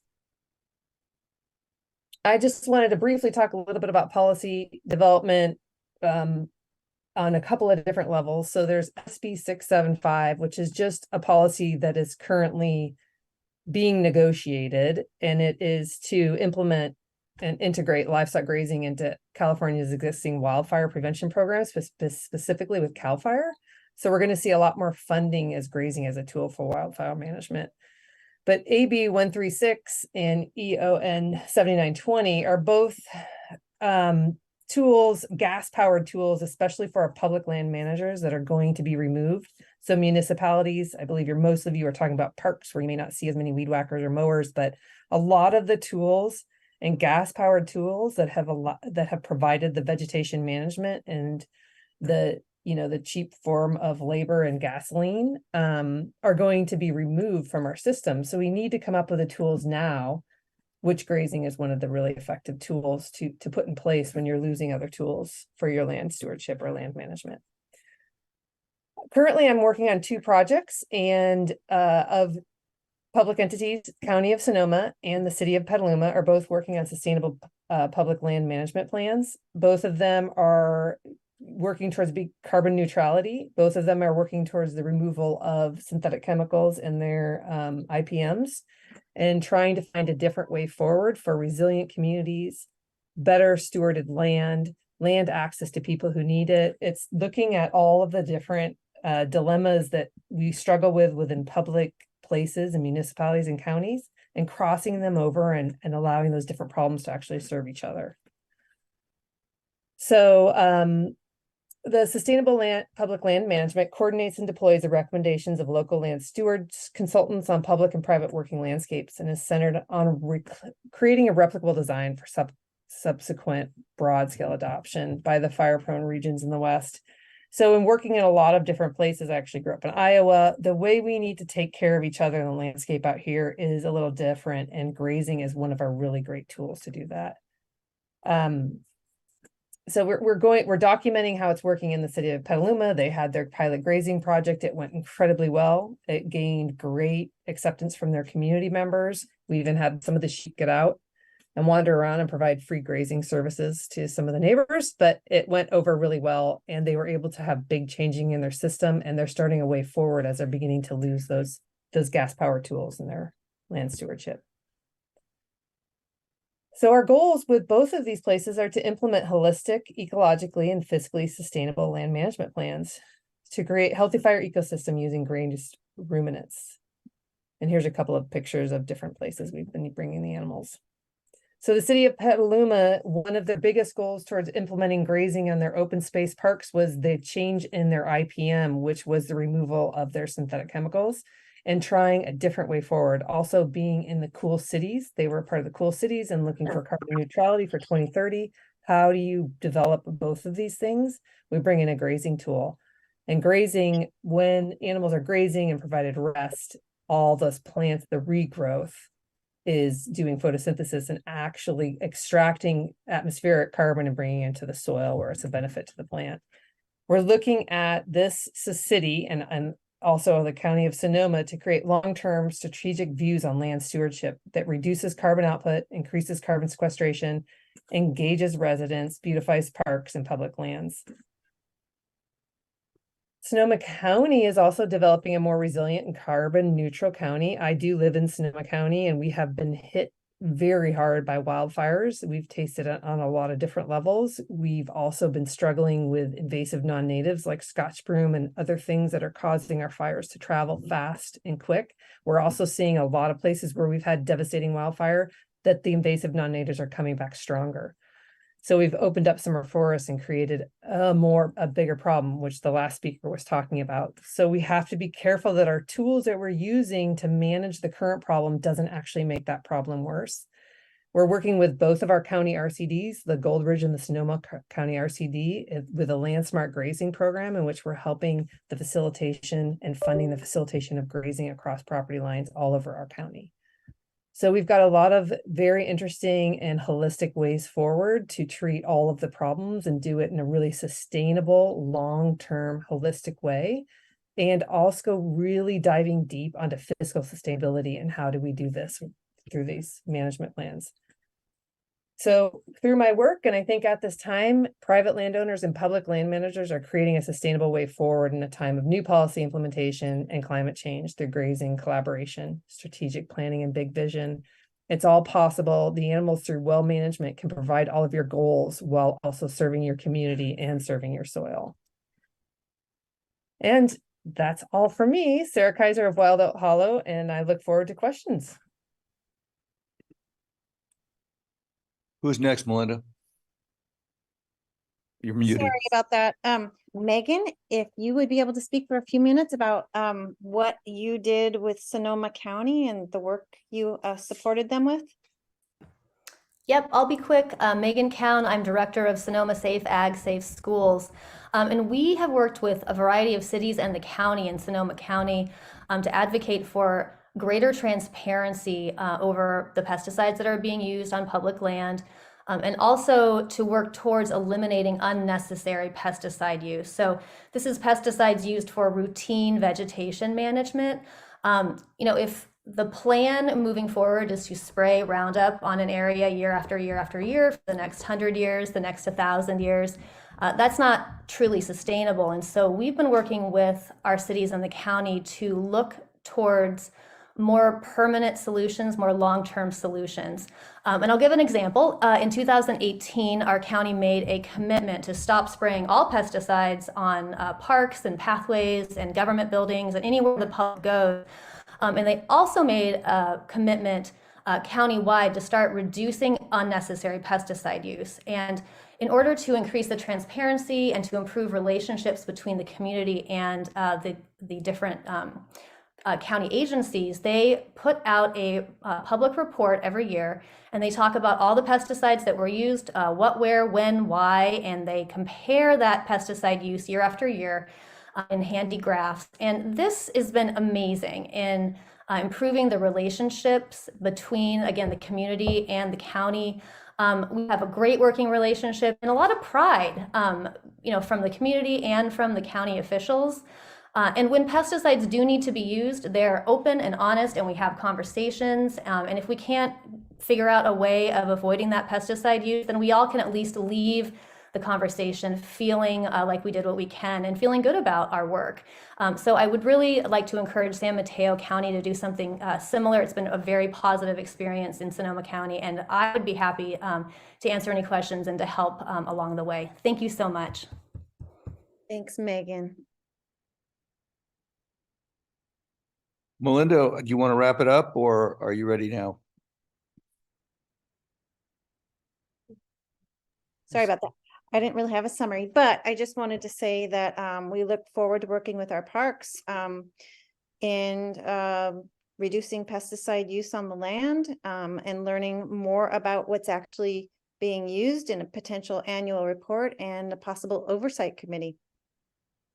Thanks. Okay, so your goal is for the MCC to endorse the asks, which you put in a document, which I posted to the website. Is that correct? Yes, thank you. All right. So I just want to make a framing comment on this. I mean, obviously, there's been a ton of material. There were like 76 slides. And if you look at all the attachments, and then Lisa Ketchum put up a website page on the MCC showing what we're currently doing in the integrated pest management stuff that the county's pursuing and all that. And in looking through it, a couple of things struck me. There's a PhD paper on one of the links Linda posted, and she's saying glyphosate Roundup, not really a problem. Studies, show if you handle it right, the cancer risk isn't significant. Blah, blah, blah. But the most recent link I remember in that PhD's analysis was 2019. What Melinda posted was some stuff showing 2020 and 22. Also in Melinda's Ask paper, there were links to, I believe, Humboldt, Marin, and Santa Clara County. And I didn't have time to read everything, but I looked at Santa Clara County, and I don't have it up in front of me, but I remember one of the key things. They had 52,000 acres of parks land that they were managing weeds on. 2 of them had pesticides. That's 0.0038% of the park's land. They had, I can't remember, something under 800 acres of roadside right-of-way they were maintaining to keep the weeds down on. About 1% of those had herbicides, pesticides used. So what strikes me is I know that our county has a position that's well thought out. I've seen the material they've posted. It sounds well researched and considered, but I have to wonder, how can Santa Clara be doing what they're doing? Why? Why is it so different? So I don't understand. I think we have to hear from our county and from parks. Yeah, could we, if Nicholas is on, can we hear from Nicholas? Nicholas, do you want to speak or whatever? Yeah, thank you. And well, first want to thank everyone who presented tonight, and I also want to thank everyone who's attending the meeting and listening in. Certainly, I had an opportunity to see the slides earlier today, as well as the letter for the first time, and given that it was really targeted at the department, I wanted an opportunity to listen, to be open-minded, and so that's why I'm here. I'm not here to answer questions. I'm not here to give a presentation. I'm really here to listen and learn. But I do have a request, and that is that the MCC not take action tonight on anything. And reason being, the department made multiple requests, both to the Elgonaut advocates and to the MCC, that the presentations tonight not occur until such time as a forum is held in which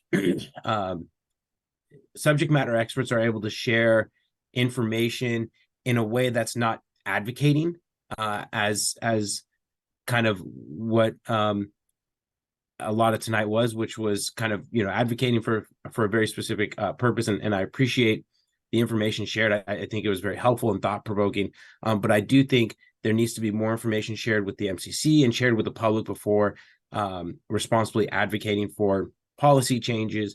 And so really, I just wanted to make an ask that before the MCC takes an official stance, the MCC hears a presentation from the department, but also has an opportunity to hear from subject matter experts that are sharing really non-biased information and perspectives on this topic. And we are working to schedule that this calendar year.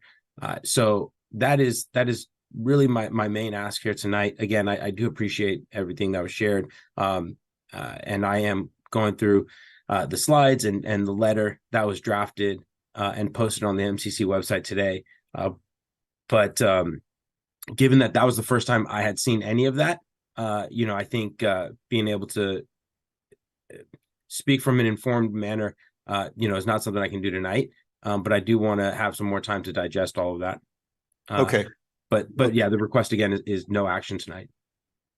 I understand. I also understand that we had been promoting a November 1st presentation or seminar to be held by the RCD on this issue. I'm now told that's been canceled or is going to be rescheduled, and I don't have a date for it. Yeah. We held this session in advance of that. We were expecting to hear from the county or some surrogates for the county at that time. So our request is get us a session where we can hear the county side of the story. Yeah, Greg, we are working to reschedule that. I don't think it's going to be in the same form that the same structure that it was originally intended, but it will still be an opportunity for subject matter experts to kind of just share from the data perspective and share why herbicides are being used in under what circumstances, when it's appropriate, when it's not. Again, not coming from a place of advocacy, but coming from a place of information sharing. Okay, We'll I think we should go around the council. I see we have several public comment people too, but I will give the council a chance to speak first. Go around the table if you have anything to ask or. Can I just say something just real quick, kind of just in response to what Nicholas spoke to. And what I wanted to say was that Ray Mueller, our supervisor, told me that he had spoken to Nicholas about these asks. So from my understanding, Nicholas was aware of the asks and that they were considering putting it into policy. That is words from our supervisor. Thank you. Okay, Gus. Sorry, Greg, quickly. So yeah, the supervisor and I had conceptual conversations on this. The level of detail shared in the letter is not something that I had seen. And certainly I would have loved to have had that email to me ahead of time so I could have seen that. But nonetheless, going through it now and certainly happy to connect with Melinda after I have a chance to digest it. Okay. Anything, comments, Gus? Yeah. So first of all, thanks everybody for all the information shared tonight. A lot of stuff to chew on. First of all, I think we should absolutely honor Nicholas's request to not do something tonight. I definitely want to hear from Parks about kind of their thoughts on when and how to use pesticides or herbicides, whatever. I think there has been some good information here about alternatives, and so I'm curious to kind of hear kind of what a reasonable balance is between these. At the same time, I also want to be careful that we don't try to tell Nicholas and his team how to do their jobs. You know what I mean? I think we should advocate and express kind of the views of the community, but in a way that doesn't sort of overstep our own authority in terms of telling another department how to do what they do. Does that make sense? It does. I hear you. Ann? Okay, I'm fully in support of what this group is standing for. I believe that pesticides should not be used unless only in a last resort. So as long if we're going to table something, I want to make sure that they come back and they can talk the same time that Nicholas does, because I think both sides need to be heard at the same time, because we're doing all these things right now to protect our environment. We hear it all the time about climate change and this existential threat. And yet, when you have something like pesticides, it poisons the earth. Why are we not considering how we should manage that and reduce it as much as possible? It affects wildlife. Right in our own park, we now have the off-leash dogs in Corey Park. Would you want your dog running loose and potentially coming in contact with Roundup or God knows what other herbicide is out there? I think it's very important that we have these conversations, and I think it's time to manage differently. I mean, we're talking about progressing with how we approach the climate. Well, this has to be a conversation about chemicals as well. It's in our water, it's in our ocean, it's killing animals, it's killing us. People are getting cancer from this. I think it's extremely important that this conversation not only continue, but I think we should be supportive of alternatives. I mean, the only way that you make change is through advocacy. So I think to just sit back and say, oh, well, this expert says it's okay to use this pesticide.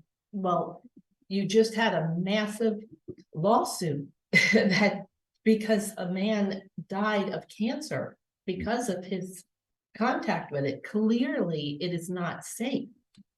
And I think it's something that we have to consider. I think I heard a volunteer to be on the subcommittee studying your use of. Oh, yeah, I am very supportive of their efforts. Okay, so we have one volunteer. Claire? I'd like to turn the temperature down a little bit. This isn't a, as far as I can tell, a us against them or this person against that person situation. Maybe it could turn into it, but I don't think it is. Has to be. We just had an item that we just worked on right before this one, where we found out that we had gotten information that was perhaps incomplete and that we were going down different paths than we thought we were going down, and getting more information from more people and more different points of view led us into a place where we think maybe we could pursue our goals in a different way than we originally thought we were going to do. I think it's important that we hear from everybody. We're not the ultimate deciders of what happens. We're here to listen. We're here to listen to, I want to say both sides, because I don't think it is both sides. I think everybody would like to see safer, easier, cheaper, more effective, greener ways of managing plants and land. So I even without Nicholas making that request, I did not want to do this letter tonight because it's long and we really need to take the time to think carefully about what we want to say. And I'm hoping that we can continue this at another meeting and also listen to whatever presentation is going to be put on by or through parks, and then come to a reasonable conclusion about what we do on our support. But I don't think it needs to be animosity. Thanks, Claire. Kimberly, do you want to comment? Sorry, my dad's in the hospital, so I'm getting a message about him. I agree with Anne. I also agree with Claire. Appreciate what both you just said, and I also understand where Gus is coming from.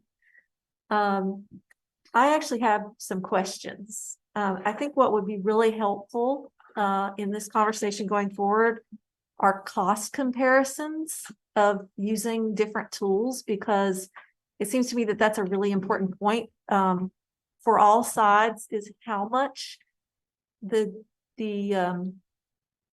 strategies that you use cost. That's a sort of a driving factor. And so to have those comparisons would be useful for all these alternatives and the traditional methods that are used. And then, and I'm assuming nobody here tonight has that, but that's a request. And then I'm curious, one of the speakers mentioned other RCDs, and I wondered, is there support for alternative tools by other RCDs? And I'd like to hear more about that, because that seems a little different from our local RCD. And I just, like to know about what the differences are and hear more about that, possibly in the meeting still to come with the RCD and county parks. 3, the grazing, I'm assuming that only means goats and sheep. We're not talking about cows, but that was just a strange question that I have. Maybe the speaker wants to answer that. Would you like? Yes, I can answer that. Cows are absolutely effective as well. Just depends upon the landscape and what your goals are. Okay, and I asked that because my understanding is that grazing also causes negative impacts to the land, and so that actually concerns me a little. Yeah, and that's all about management. So when grazing is negative impacts, it's from poor management. So we would just make sure there's appropriate management and you're reaching your goals of ecological stewardship. Okay, thank you. And then the last thing I would say is that, and I know Nicholas maybe wasn't prepared to say anything tonight, but I'm a little troubled by the fact this characterizing people as advocates versus, I don't know, it seems like differences in how you value people's expertise. I would think that a scientist, a research scientist, would be somebody that you should respect their expertise much more over a government official.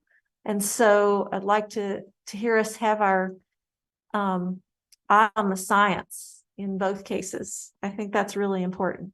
And to keep open minds about what possibilities are, because I'm really concerned that we want it to be easy and cheap, and easy and cheap often has other higher costs that aren't monetary. So those are just my thoughts, and I'll pass it along to Scott. Awesome, thank you. I have some simpler questions. What was the non-chemical method of control for those thistles? And I think the second presentation, what did you guys do? Do you dig them up, or do you just do some other? What was that method of control? Yeah, we tested, as I said, over a series of actually 3 experiments, and we found that for the first year, it was effective to use brush cutters, and we're aware of the problems with gas-powered engines, and my husband, who knows more about this than I do, is going to buy our first electric brush cutter to see if it will do. We can replace ones we have. And the second year, so that reduces the artichoke thistle cover amazingly. We were shocked by as much 95% in most of our sites, not all, reduced the first after one season, and the plants become more widely spaced. And so the field crew switches to a very fancy tool that we devised, a hoe with the tips cut off and the edges sharpened. And the crew moves through a polygon. We have a patchy landscape, so they move through these kind of polygons or patches together in a process we call flying, so they can get weeds from very young stages and just flip them off. And it sounds maybe a little crazy, but it's very effective, and we've been really successful. And Okay, so all you is all mechanical means then, right? no, I can't I guess you call the whole physical method. Okay, you didn't use vinegar or any of those other methods you were talking about. Okay, so then I have do you guys, I know you say you use goats and sheep for grazing to reduce the grasses and stuff. Do you use any native animals to do this grazing, or use all like domesticated animals from other parts of the world? We're using domestic animals that are very much a part of this country and this habitat. You mean, wait a minute, they're not from North America, right? These animals are not native to North America, right? Well, they're domesticated animals. Some of them were coming from the Spaniards or something. If you're using grazing as a tool, we wouldn't be able to use wildlife, because that would mean like fencing them in and causing great stress, because you're asking the animals to provide a particular goal to you. Yeah. These animals would browse and graze. We can ask them to replicate a deer or the elk or other animals that may have been like that, but we wouldn't take our wildlife and expect to treat them in those manners. That's why we use domesticated animals to replicate how wild ruminants or ungulates grazed prior to colonization. We're trying to replicate that design. So what do you guys think about Thule elk versus cows? Right, that's up in your neck of the. Yeah, I mean, that's not really a question I would feel comfortable answering on this. I wouldn't debate either or. I think I'm not talking about fighting between agriculture and wildlife. I'm very much a wildlife advocate, and so much of the grazing we do are trying to bring our wildlands back to healthy ecosystems for the wildlife. So the grazing animals are a tool. They don't stay. These aren't like a rancher who comes and puts animals there and they stay. They come, they serve a purpose, and then that landscape gets to rest and regenerate from the impact of those animals. It's not to denude an environment or own land or any of those kind of conflicts. It should be there in place to support a healthy ecosystem. That's their goal. Okay, I'm sensitive to the Thule elk versus cow people up there. And I just want to throw it to the mix. Yeah, this isn't that kind of grazing at all. It's not to negate wild spaces. It's to make that healthier for the animals. And the deer and the elk come in after these animals graze and leave because they love the regrowth, and it reduces the tick populations and keeps them healthier and safer from devastating wildfires. So the purpose is ecosystem services, not denuding or taking away from wildlife. Okay, thanks. Yeah, you're welcome. Dan? Yes, thank you very much for all of the information that was shared tonight. It's just really it's just terrific. Yes, I support most everything that was said here, working towards looking at alternatives and you know, to get to that point where we've got the healthiest ecosystem. Yeah, some of these alternatives I brought up 4 years ago or so, you know, goats as an alternative, covering, you know, with black material to prevent certain unwanted growth to sprout. It's my understanding that typically the unwanted vegetation that we're fighting often is because the soil is just not right, whether it's, you know, improper drainage or it doesn't have you know, maybe a layer of mulch over it, and so I'm very keen on this, and I noticed I don't want to get too far off, but yeah, on the note that, you know, some of these invasives come after there's been some disturbance to the existing soil. I mean, you drive down our highways now and you look at the side of the road and you know, everything 90% is just beautiful nature. It's you know,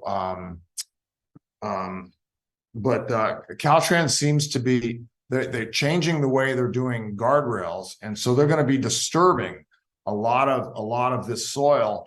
And instead of having the ideas that were presented tonight, they're proposing to just cover the underneath of the guardrails with concrete. And I've been really looking at a lot of the areas where they've done this already. And so the concrete cracks and then the weeds grow up through the concrete stronger and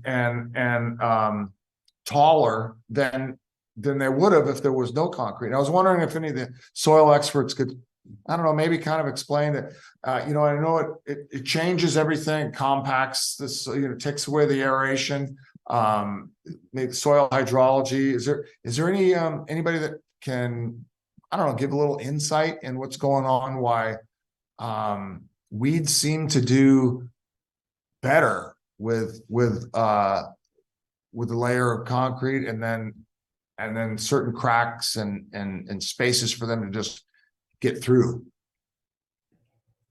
Is there anybody that could? This is Megan Cowan. I don't know if I can answer that exact question, but what I can tell you is that in Humboldt and Mendocino counties, where Caltrans manages all the highways without pesticides, they've developed a simple method of putting a membrane under the guardrails that preserves the guardrail's safety function and also keeps the weeds down naturally. So that could be something that San Mateo County Caltrans could look into doing as well. Okay, is that a membrane that's covering the soil? Or yeah, it's kind of like landscape fabric, but more heavy duty. And so it's Caltrans Region 1 in Northern California uses that. And so the Caltrans region that San Mateo County is in apparently does not yet, but they could. Okay, thank you. You're welcome. Okay, before we go to questions, Melinda wants to say something, but so does Kimberly, and I recommend. Oh, commenting on his question, to answer his question. That was fine. My question. Okay, you're going to answer his question. Go ahead. So what I wanted to just say is, from what I've learned, I don't understand why weeds do that exactly, but I know in disturbed soil, you're going to have what we call weeds, which are plants that thrive better in a higher bacterial environment with less mycorrhizal fungi and a little bit less life in the soil. So concrete definitely, in addition to that, is going to be covering a surface where water could be absorbed, and plants help water infiltrate into the groundwater. So anytime you're covering anything with concrete, it's just taking away from the groundwater absorption. So, I mean, that is like another problem potentially with that. I don't know if those membranes let water through that Megan's talking about. So Sounds like it does. Yeah. She said it was like a landscape fabric, and landscape fabrics generally allow the water and air to go through. Kimberly, you wanted to say something? I just wanted to put another question out there. Someone, I think it was Sandra DeSimone, had a slide that showed gas-powered tools and the phase out of gas-powered tools in California.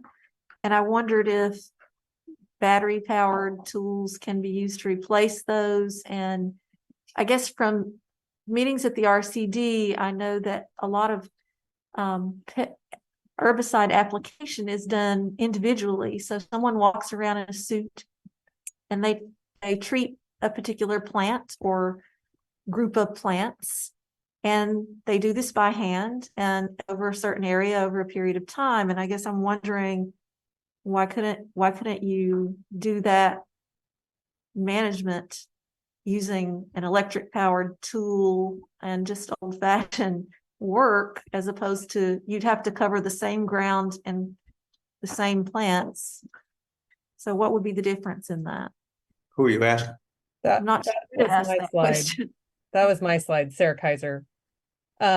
Yes, absolutely. Municipalities and public places in California can implement electric tools, and they're also using electric vehicles and such. The problem with most electric tools is they simply can't run long enough to cover the amount of work that those municipalities need to do, because they would have to own so many batteries because they can only run for 2 hours, exchange batteries. So they're just not able to do the load of work with electric that they can with gas. So they need another component to cover that amount of work they need to be doing. And then, of course, the hand mechanisms is human beings doing the action is great, but most public municipalities are also trying to stay within a very tight budget, and staffing is often their highest budget piece. And so that's what limits them on how they manage their landscapes is also. And somebody, I can't remember who, again, this is Sarah Kaiser, was speaking about RCDs and alternative methods. I was also the one that spoke about the RCDs. I work with both RCDs in Sonoma County, Marin RCD, Mendocino RCD, and Napa RCD. Sonoma County has implemented with both of our RCDs. They've received funding from a Coastal Conservancy grant and funding from our Sonoma County fire money from PG&E money. We received quite a bit of money in Sonoma County from the big burn in 2017. This is the 4th year they've received funding for vegetation management, in which they are funding the application of grazing across communities when it's shared across property lines, and doing a partial fund of that as a way for ongoing vegetation management. And they're also working on grazing collaboratives so that you can exchange, share animals so that communities can have that ongoing vegetation management without having to pay annually for a service. The service is naturally inclined in their grazing cooperatives. So our RCDs in our county are implementing really strategic and holistic ways forward that are very fiscally sustainable for our county and for the communities within our county. Thank you. All right, I'd like to go to a number of members of the public. The first one was Kata. Can you unmute yourself and make your comment or question? Yes, my name is Kata Go. My name is Kata. My name is Kata Gome. I'd first of all like to acknowledge that the whole San Francisco Peninsula is on unceded Ramaytush ancestral homeland. I am the founder and executive director of Muchiate Indigenous Land Trust. It's a women-led 501c3 majority Ramaytush descendant on our board of directors. I personally am a Ramaytush descendant, and I would like to give an Indigenous perspective on this subject. First of all, I have been advocating with MidPen about the reintroduction of Tule elk, so I was really pleased to hear that brought up. Originally, we did have Indigenous grazers, but in lieu of that, of having non-native grazers, it's just a matter of rotating them off the land more often than a native grazer would need to be. Also, what I haven't heard suggested tonight is cultural burning of invasive plants, which is a traditional method of controlling unwanted plant species. Also, what I'm not hearing from the park system is the interconnectedness of all things in the natural world. So when you are toxically putting poison on a plant, not only are you destroying that plant and poisoning that plant, you're poisoning the ground, you're poisoning the water, you're poisoning the insects, you are poisoning the human species. And this practice needs to stop as soon as possible. This poisoning of Mother Earth is creating a system here that is toxic for all of us. And you're creating a mass die out. It's a system that is creating extinction. And that's going to include our own human species. So as you are creating these crimes against humanity, all living things, it is criminal. And Monsanto has already been held to task for their criminal actions. That is why they have sold out to Bayer. The top people at Monsanto realize their heads are on the chopping block. They are being held accountable for their actions. And the county of San Mateo, these tragic practices that you have against all living beings, you are going to be held accountable too. You are all going to be taken to court, and this is a criminal act, not only against humanity, but all living things. And this is very offensive to our Indigenous community here, and you are destroying our mother. Anyawea is under attack by this toxic practice, and it needs to stop as soon as possible. Okay, thank you for that perspective. Sid Young, you're next on my screen. Thank you. I do agree with what Tia just had to say. And when the San Mateo County Parks was trying to push through their Pescadero Parklands program for fixing up that park down there, I saw they were using herbicides, and I raised a point at the parks meeting and later at the Board of Supervisors meeting to deaf ears about the health detriment to people applying the herbicides, not to mention the earth detriment. But I don't know. I think it's like somebody said, it's a matter of budgeting, and they do the cheapest, fastest thing.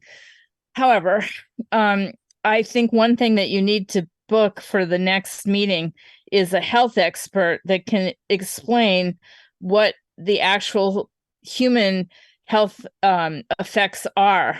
I have a friend who's losing her hair. She's sworn by Roundup for years, and I always tell her it's really not good for the environment and it's really bad if you breathe it in, but she doesn't listen.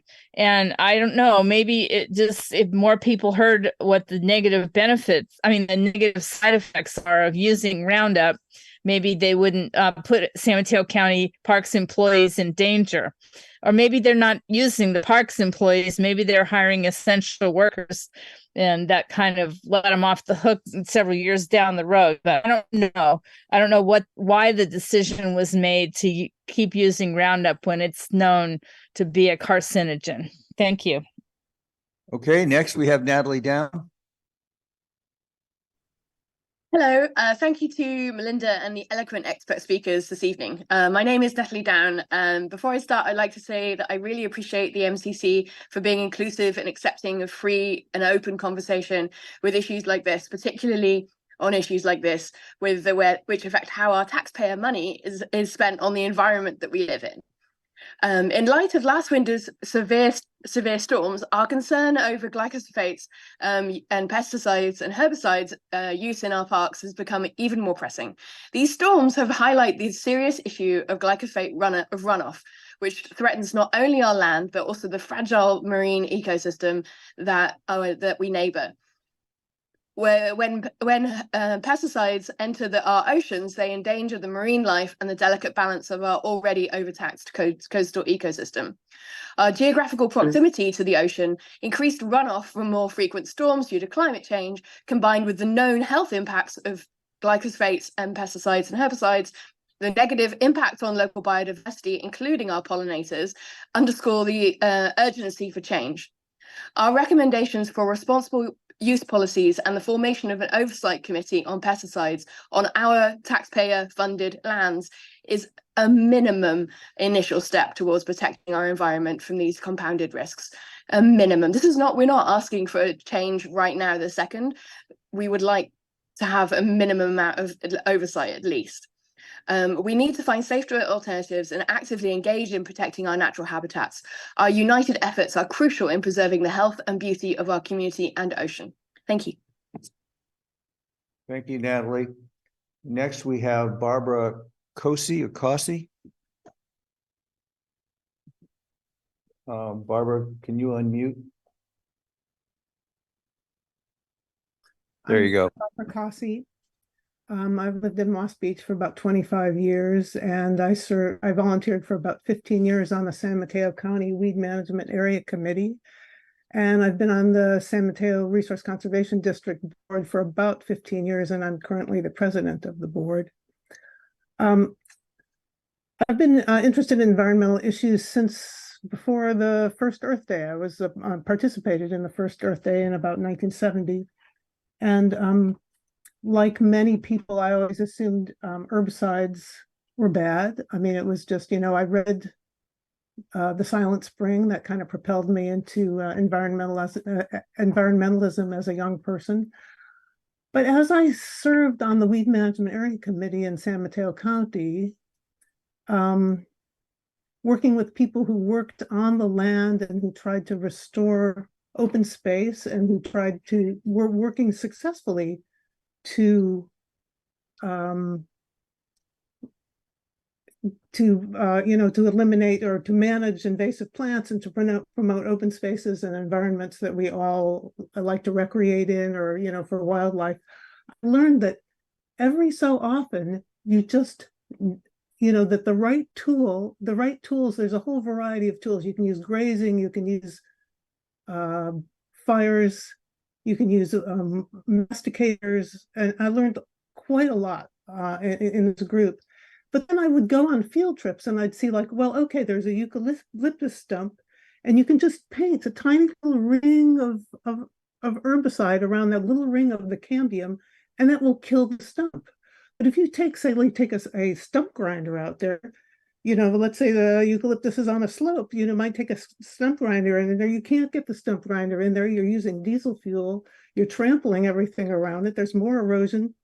I mean, sometimes just like a little, paintbrush of glyphosate around it will kill a eucalyptus more efficiently in a manner that actually is kinder to the environment than taking in a power tool or the risks involved with people going in there.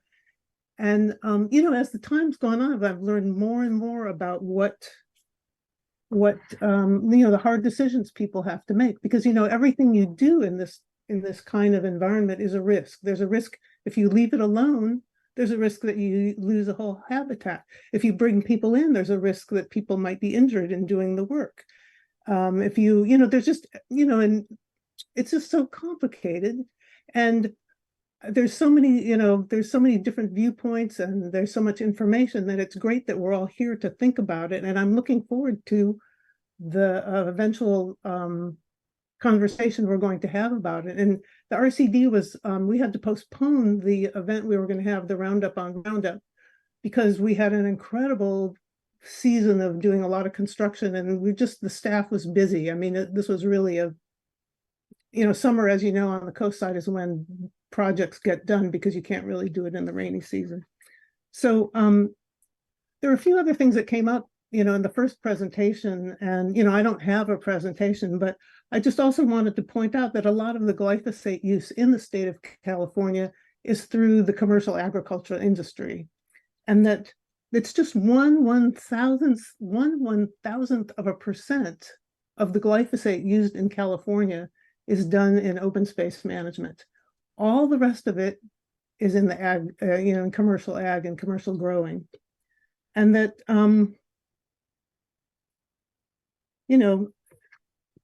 it's just a tool that sometimes you just kind of have to use it. I mean, you don't, like, let's say you have a pampas grass on a slope over double slide. How are you going to get that plant out? Are you going to go in there and send people in with hatchets? Are you going to, you send a goat there? You just can't do those things. So sometimes, just in order to promote a healthy environment, sometimes an herbicide is the way to go. And nobody, when a project is designed, it's designed to be effective, and to be effective over the life of the project. It could be 20 years, 50 years. And so you might have an initial herbicide use, and then your project can go on, for the rest of the time of that open space. So it's a very complicated issue. And I wanted to say one more thing, is I've, kind of learning about glyphosate, because I decided I wanted to learn more about it. I did some research, and it turns out that the way it works is it's sprayed on the leaves of the plant, it's taken into the plant, and it goes while it's in the plant, it disrupts the enzymes of the plant. And the enzymes in that plant are only in plants. They're not in people, they're not in dogs, they're not in insects. So the way the plant is killed is because the enzymes are disrupted, and it weakens the plant, so that the pathogens in the soil are allowed to take on the weakened plant, and they're able to kill the diseased plant, because the plant becomes diseased from the pathogens in the soil, not from the glyphosate. And so that's what takes the plant down, is the lack of protection against the pathogens in the soil. So that was very interesting to find out. So, and then I talked to a friend of mine about the Tyvek, people wearing Tyvek suits. It's because there's poison oak in the hills. And so the workers up there are wearing Tyvek suits to prevent them, to keep themselves protected from poison oak and stinging nettle and thorns and stuff like that. And that you're not required to wear protective gear when you're applying glyphosate, and that it's only risky when it's in the liquid state, and that everybody who's applying, who's professional, everybody's been trained, they know how to do it, and they know how to mix it up at the right percentages. So it's a very controlled, very judiciously used tool in all the ways we have to manage open spaces. And it's a very small part of what people do to manage open spaces. And I'm looking forward to the future workshop that we're going to have. So, and myself and other people in the RCD are, happy to provide more information about how herbicides are used in different projects, and all the other methods, because it's really just a small part of it. And with that, that's it. Thank you. Well, as you can see, we look forward to that session. We have intense community interest in it. Lisa Ketchum. Oh, hi. So I had something prepared, but that's already old. I just want to say, I have worked weeding, habitat restoration, which is weeding, on Pillar Point Bluff for about 15 years. It was when Post came in 2007 or 2008, and it was just massive ciabatta grass. It's actually ciabatta grass, not pampas grass, and treated it all. And I thought, oh, this is amazing. I was inspired. I could do this. At the time, the Thompson parcel, which is directly behind Pillar Ridge, the mobile home park, was private. And I knew the Thompsons, and I said, do you mind? And I went up there and I was weeding, but and so I've been weeding all these years and my fingers are crooked. I mean, I've done this to myself, but I just was driven. But there are just some things that you can't do, like Barbara mentioned, the ciabatta grass on the cliffs above Devil's Slide. I mean, the guys had to rappel down there with tanks on their backs, and the work that GGNRA did. It wasn't just this year. They've been working for a few years. They started up on the ridges up high and in way up there on the mountain and stuff like that. And it's incredibly steep and poison oak and all this stuff. I mean, it's like you're not going to take any equipment in there, but what you can carry on your back, and they work at it. And it's not near anybody. And it like Barbara explained, it's only absorbed into the foliage, into the plant. It doesn't go on the soil. You're wasting your money if you put there. When it hits the soil, it binds to it. It doesn't run down into the groundwater. You're not supposed to use it if the wind is blowing more than 7 miles an hour. That's to avoid spray drift, and also from it blowing into your face. If it's that windy, you shouldn't be spraying it then. And also, if there's rain predicted within 24 hours. And so therefore, you're doing it in dry weather with no wind, and it's not going to be in the watershed running down to the ocean. Anyway, I don't use any kind of other pesticides. I let the gophers do their thing. I don't spray pesticides or anything like this, but there is a use for this herbicide, and particularly for ciabatta grass. And this is the thing now that as Pillar Point Bluff has been cleared up for the most part. And then as I look each year in August, when the pampas grass starts to bloom across there on the hills above El Granada, and it is appalling to see it. And, and it took time because the money's, if there's any money left over from state grant, then the local group might get it to pay for the ciabatta grass, but it's taking over. It's a monoculture. This is not healthy. These open space lands, the Bluff, Rancho, Wicklow, these were acquired only like 20 years ago and protected from development, but we're not done. We need to restore this habitat. And it's this is a nuanced thing. And it's just to throw out words like poison and just expand on what the effects of glyphosate might be by considering some herbicide that's the most awful thing. There's lots of herbicides that are more toxic than Roundup. I just I hope that so in my effort to make this expand the information that the MCC had on their website on this issue, I had to make a new page, and I hope you make use of that.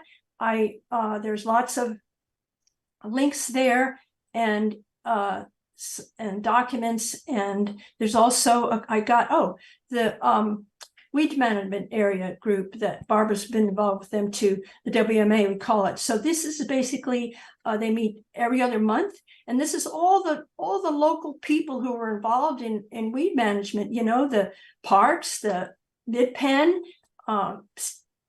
GGNRA, anybody that's involved in this, and the private organizations too, and they get together and say, here's what we've been doing, and what have you been doing? And they compare notes and they learn, and the public can go. It's great. I learned lots of stuff there. And so they had a couple of presentations I was aware of recently. Just a few months ago, GGNRA presented on their ciabatta grass treatment project. They had gotten this funding from the state Food and Agriculture Department, and they used up the money now, and the work they did, and showed the slides. And so I posted those there now too, and I can keep adding things. I just wanted to err on the side of caution. I didn't want to be advocating for a certain thing. I just wanted to be supplying useful information. That's what the page is intended to be. But if you have any, this question that was it was in the letter about the county passed an ordinance 2012 about roadside broadcast herbicide spraying. And I put a document up there after that to help with that. You know, it was an ask for information. I thought, oh, well, I can post that there. I'm, like I say, I'm not trying to advocate one way or another. I just want to post information that's useful to people, and hopefully we'll have a good outcome. Okay, that's enough for me. Thanks. Lisa, thank you. Jane Prey Silver.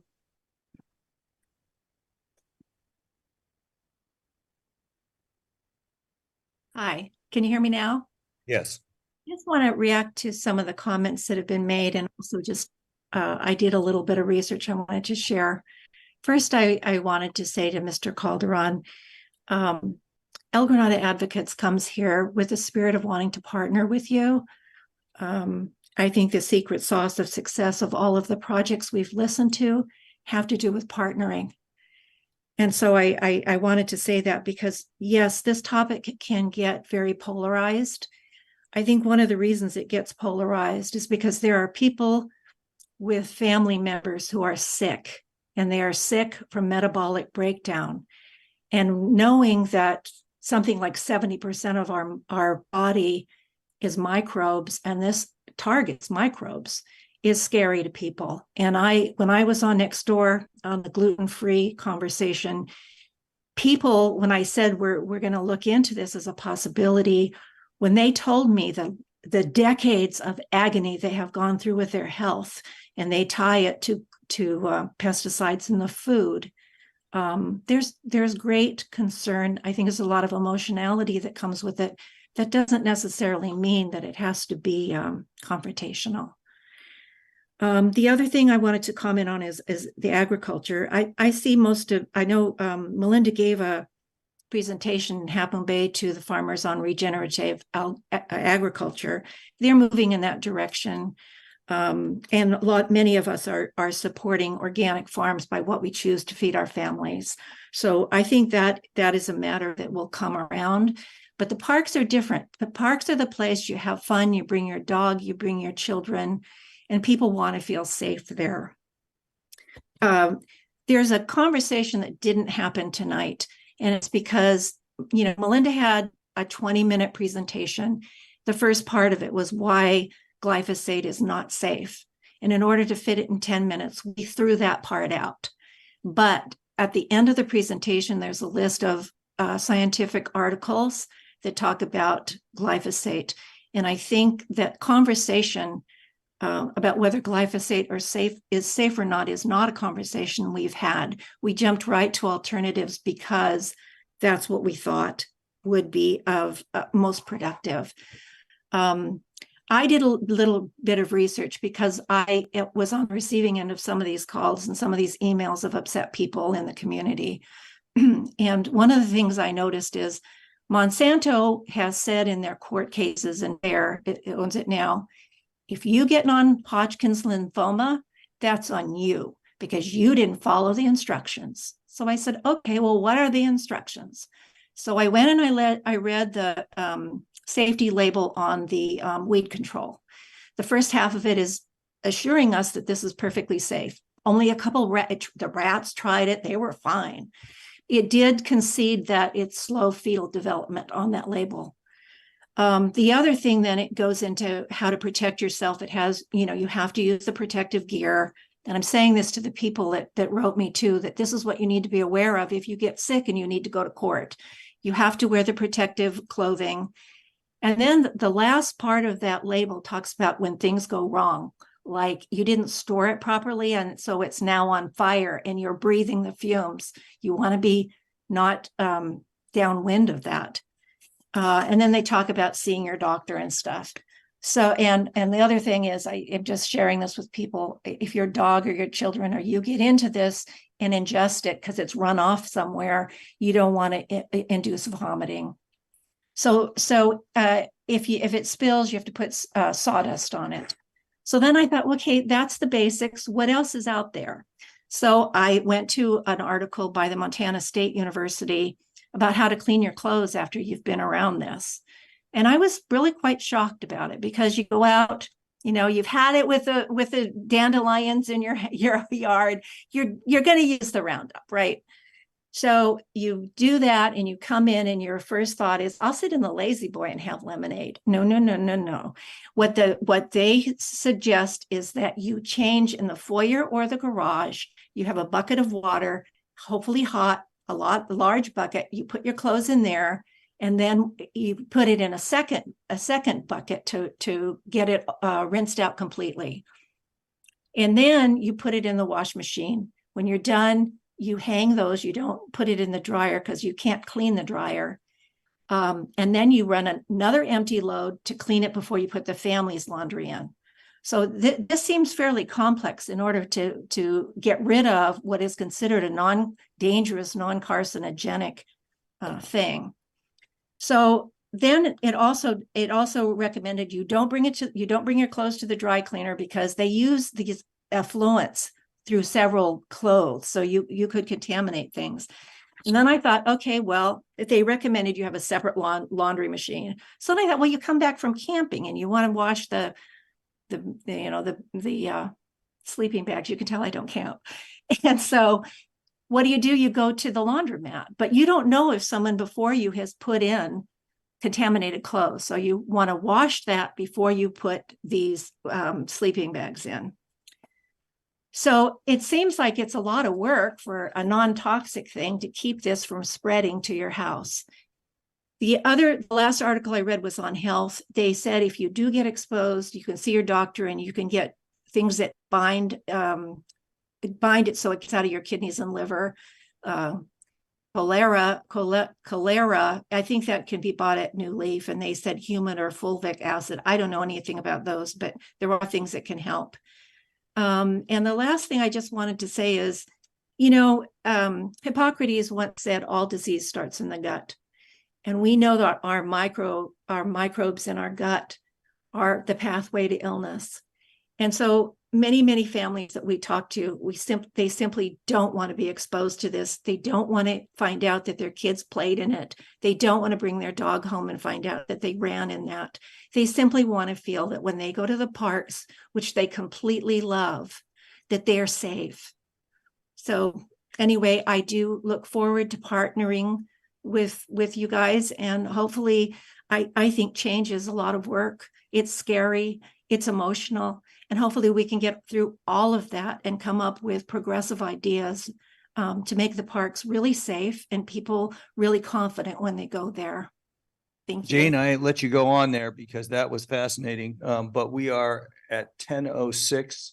I'm done. We're supposed to have completed at 9:30, but I see we have still some people. So I'm going to let Tim, Anastasia, Melinda, and Kellix, and then call it a session, because we'll be almost an hour over time. So Tim Federal. Thanks, Greg, and thanks, everybody. My name is Timothy Federal, and I manage the Forest Health and Fire Resiliency Program at the RCD. And I just wanted to address a couple comments that I heard earlier, that the RCD pushes the use of herbicide as an organization, or that we're not open to alternatives. And quite the contrary. I think I know that the RCD has actually helped a lot of farms and agricultural properties in this area become organic and reduce their herbicide use through that way. I also know that all of our projects that we implement are following the best available science that we have at the time when we're developing our projects. And we had offered to host an informational session where folks are sharing information on the use of herbicide in a restoration context. And I look forward to continuing this conversation and being able to hear from others and share more information about it, because it's obviously a lively topic, and I've appreciated the conversation so far. But I just wanted to say those couple of things, and that's it. Thanks, everybody. Thanks, Timothy. Anastasia? Whitewash. She's holding up a book that says whitewash. Yeah, it's a very good book on glyphosate. The lady is amazing. The book reads like, like mystery book. It's very quick read. And all the points, as was pointed by the lady, which Barbara Cossey and Lisa Ketchum made, are basically wrong. They based on very obsolete Monsanto information. Costs. People are talking about cost. As far as I know, everybody who switched to non-pesticide land management didn't incur more cost. Actually, it's less cost or the same. And it's not even figuring out the cost of cancers which people have. And I don't know how you are doing, how everybody here is doing with cancer. It's not good where I live, among my friends and family. Like, cancers are all around. And cancer is environmental disease. Mostly, most of the cancer are environmental. Chemical contamination is big contributor, and everything which is put, all these pesticides, is chemical contamination, and it kills the soil, it kills the plants, it kills animals. It doesn't help, as it was pointed out, it doesn't help native species at all. It actually damages 93% of native species, including plants. So strange that this method of land management is called traditional. How long ago this tradition started? It's it's very recent, and now that's all you can do, and everything else is alternative. You have to poison the land to manage this land. I quote for one of the presentations I hear: if you hear invasive species, think Monsanto. It's Monsanto talk. Like, you need those pesticides to help native species. You don't. Comparison to agriculture is strange. It's like, okay, agriculture uses more pesticides than those restoration projects. But, like, do you throw your antibiotics in the toilet because it's just a couple of pills? Or do you go and rob people because it would be just one person, not comparing with what somebody else does? It's really criminal. Using those herbicides, pesticides, it's just criminal. So everything Melinda McNaughton said, everything, most recent things about the herbicides, even though they presumably, according to Monsanto and other chemical company, only have effect on plants. They have effects on pollinators, they have effects on microbes, they kill soil, they affect plants and native and non-native, and not only plants, birds, animals, your pets. I know people whose pets died for cancer. My own dog died of cancer, and I have plenty of cancer as a family. And this Benicia example is really encouraging. Like, it's so nice that the guy got cancer, and after that, he saw the truth and switched to organic land management. And I mean, it's not nasty to say it, but probably if more land manager got lymphomas, probably will have less pesticides in the environment. Thank you very much. Okay, Melinda, and then Kellex to wrap up. I just wanted to acknowledge the parks and the RCD and speak to just a couple of Barbara Cossey's points. I want to acknowledge them for the hard work that they do, and they do a lot of manual removal and habitat restoration without pesticides, and we do understand that. But what we are asking for is, transparency, accountability, an annual report where we can actually see what is being used and how much. It's very hard to tell, I have to say, with my research into the records. It's not obvious. So yeah, if you're using them in very small instances, We want to know where and how much per year.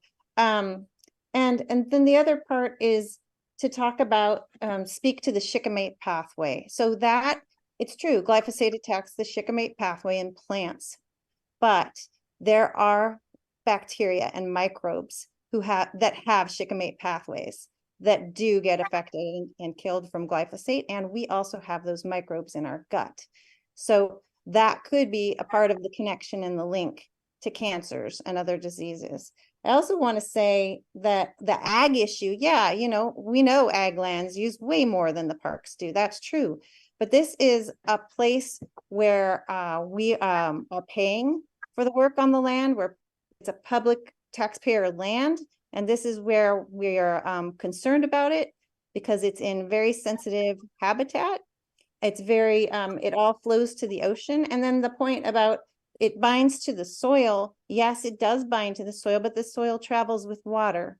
And it does get into the water and the ecosystems, because there is evidence and research and proof of that. So there is a lot of research by experts and proof that it does cause a lot of problems. So with the research that shows it doesn't, you want to look at the research that shows it does prove harm, because if it does prove harm at all, as it's showing, we shouldn't be using it, honestly.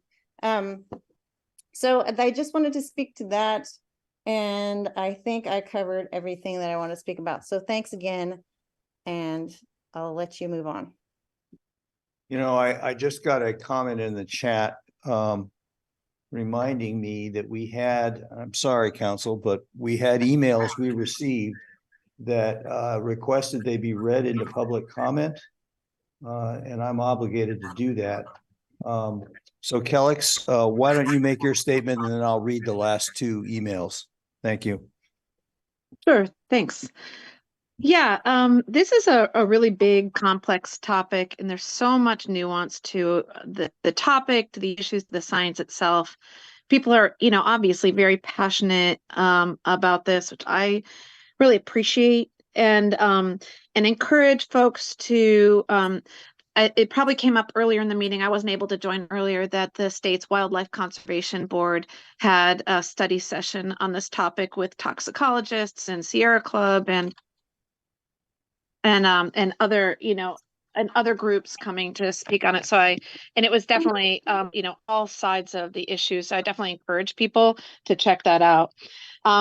I wanted to also thank Kata for her comments about prescribed and cultural burns. This is something that we're very invested in, and they are often the perfect tool. And it can't always work. Like, you don't want to do a burn, for example, in a eucalyptus forest, but it's an essential tool. And I'm so excited to hear more people speaking openly and positively about introducing fire to these lands. And as I mentioned in the chat, we partner with the Amamutsun tribe on doing some of those things, and also with the Association for Maitushaloni. So that was really exciting for me to hear. And I also wanted to thank the person who talked about the services provided by Sonoma and Marin RCDs. We actually partner with those RCDs extensively and provide pretty much all of the same services that she was describing. And as Timothy mentioned, we help people find many ways to manage their lands and farms that reduce or eliminate herbicides, including many times we've helped conventional farms transition to organic, or organic farms to be successful. It's actually kind of our brand everywhere except in this chat. So I wanted to wrap up with an offer, which is, if any of you here are interested in any of these services, we help people. We introduce grazing, help people with strategic planning around their hand pulling, prescribed burns, building soil health, attracting pollinators, etc. Please contact us. We provide confidential, free, non-regulatory technical assistance to help you accomplish those herbicide-free goals if you have them. Or help you transition away from herbicide, we'd be happy to help with that.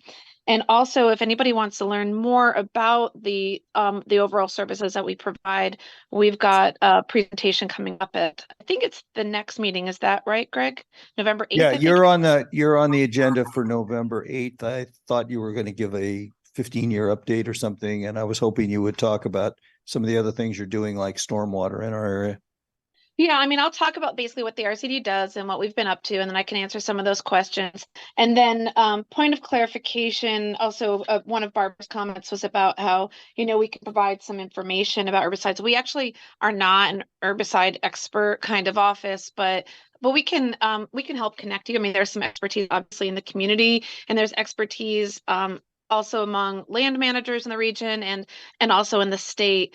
The forum that we had planned on offering was to give people access to those land managers to be able to ask your questions directly of them to improve some of that transparency that people have been asking out. That was our intention. RCDs don't do advocacy work, and so that's not what we were created in statute to do. So we're not planning on taking a position for or against anything or representing any perspective, but we were hoping to be able to give people access to the people who are using Roundup so that we could get more information about, kind of like Melinda was just saying, well, how much are you using? How are you using it? Where are you using it? Why are you using it? So that people can have that information. But as the conversation evolves, we've postponed the forum, and as this conversation is evolving, we can see where we can, add value to it. And happy to have this conversation continue. And thanks for letting us be part of it. Thanks, Kellix. Let me read these two emails. I got one from Patty Mayall. As an unincorporated county resident, thank you for hearing from us, taxpayers, and your constituents on this crucial public health and environmental issue. Can we all agree that there are significant risks to spraying potentially toxic chemicals in our county parks? A multitude of science-based studies document dangerous risks to the health of humans, pets, wildlife, pollinators, fish, watersheds, and oceans. Many of us do not want our tax dollars going to unnecessary toxic chemical use in public parks when effective alternatives exist and are being used in our county and state. This is one source of toxic pollution that we can actually end. That's if our representatives will prioritize protecting public health and our environment. Please represent us. With gratitude, Patty Mayall, Director, Protect Our Watershed, San Mateo County, La Honda, California. And then from Ted Rutledge, from the San Mateo County Routine Maintenance Program Manual 2022, with a link below, Chapter 6.5, Herbicide Application. As of 2010, both DPW and Parks departments operate within the framework of the the IPM policy, Integrated Pesticide Management, which emphasizes applying non-pesticide alternatives on county owned or managed land where feasible, and applying the least toxic pesticides to the minimum extent practicable. In March 2012, the county passed resolution 071857 that eliminated broadcast herbicide spraying throughout the county, with the exception of San Carlos and Half Moon Bay airports, and limited spot spraying in certain areas for invasive weeds control purposes. Targeted spot spraying is the primary method of herbicide applications along county roads and county parks. Since the 1990s, I'm one of many unincorporated residents who's volunteered to stop broadcast spraying on SMC roads and parks, which led to the resolution in 2012. So I want answers about why our county parks, RCD, and open space agencies are not following their own mission statements to protect the environment. We can debate the invasive plant excuse.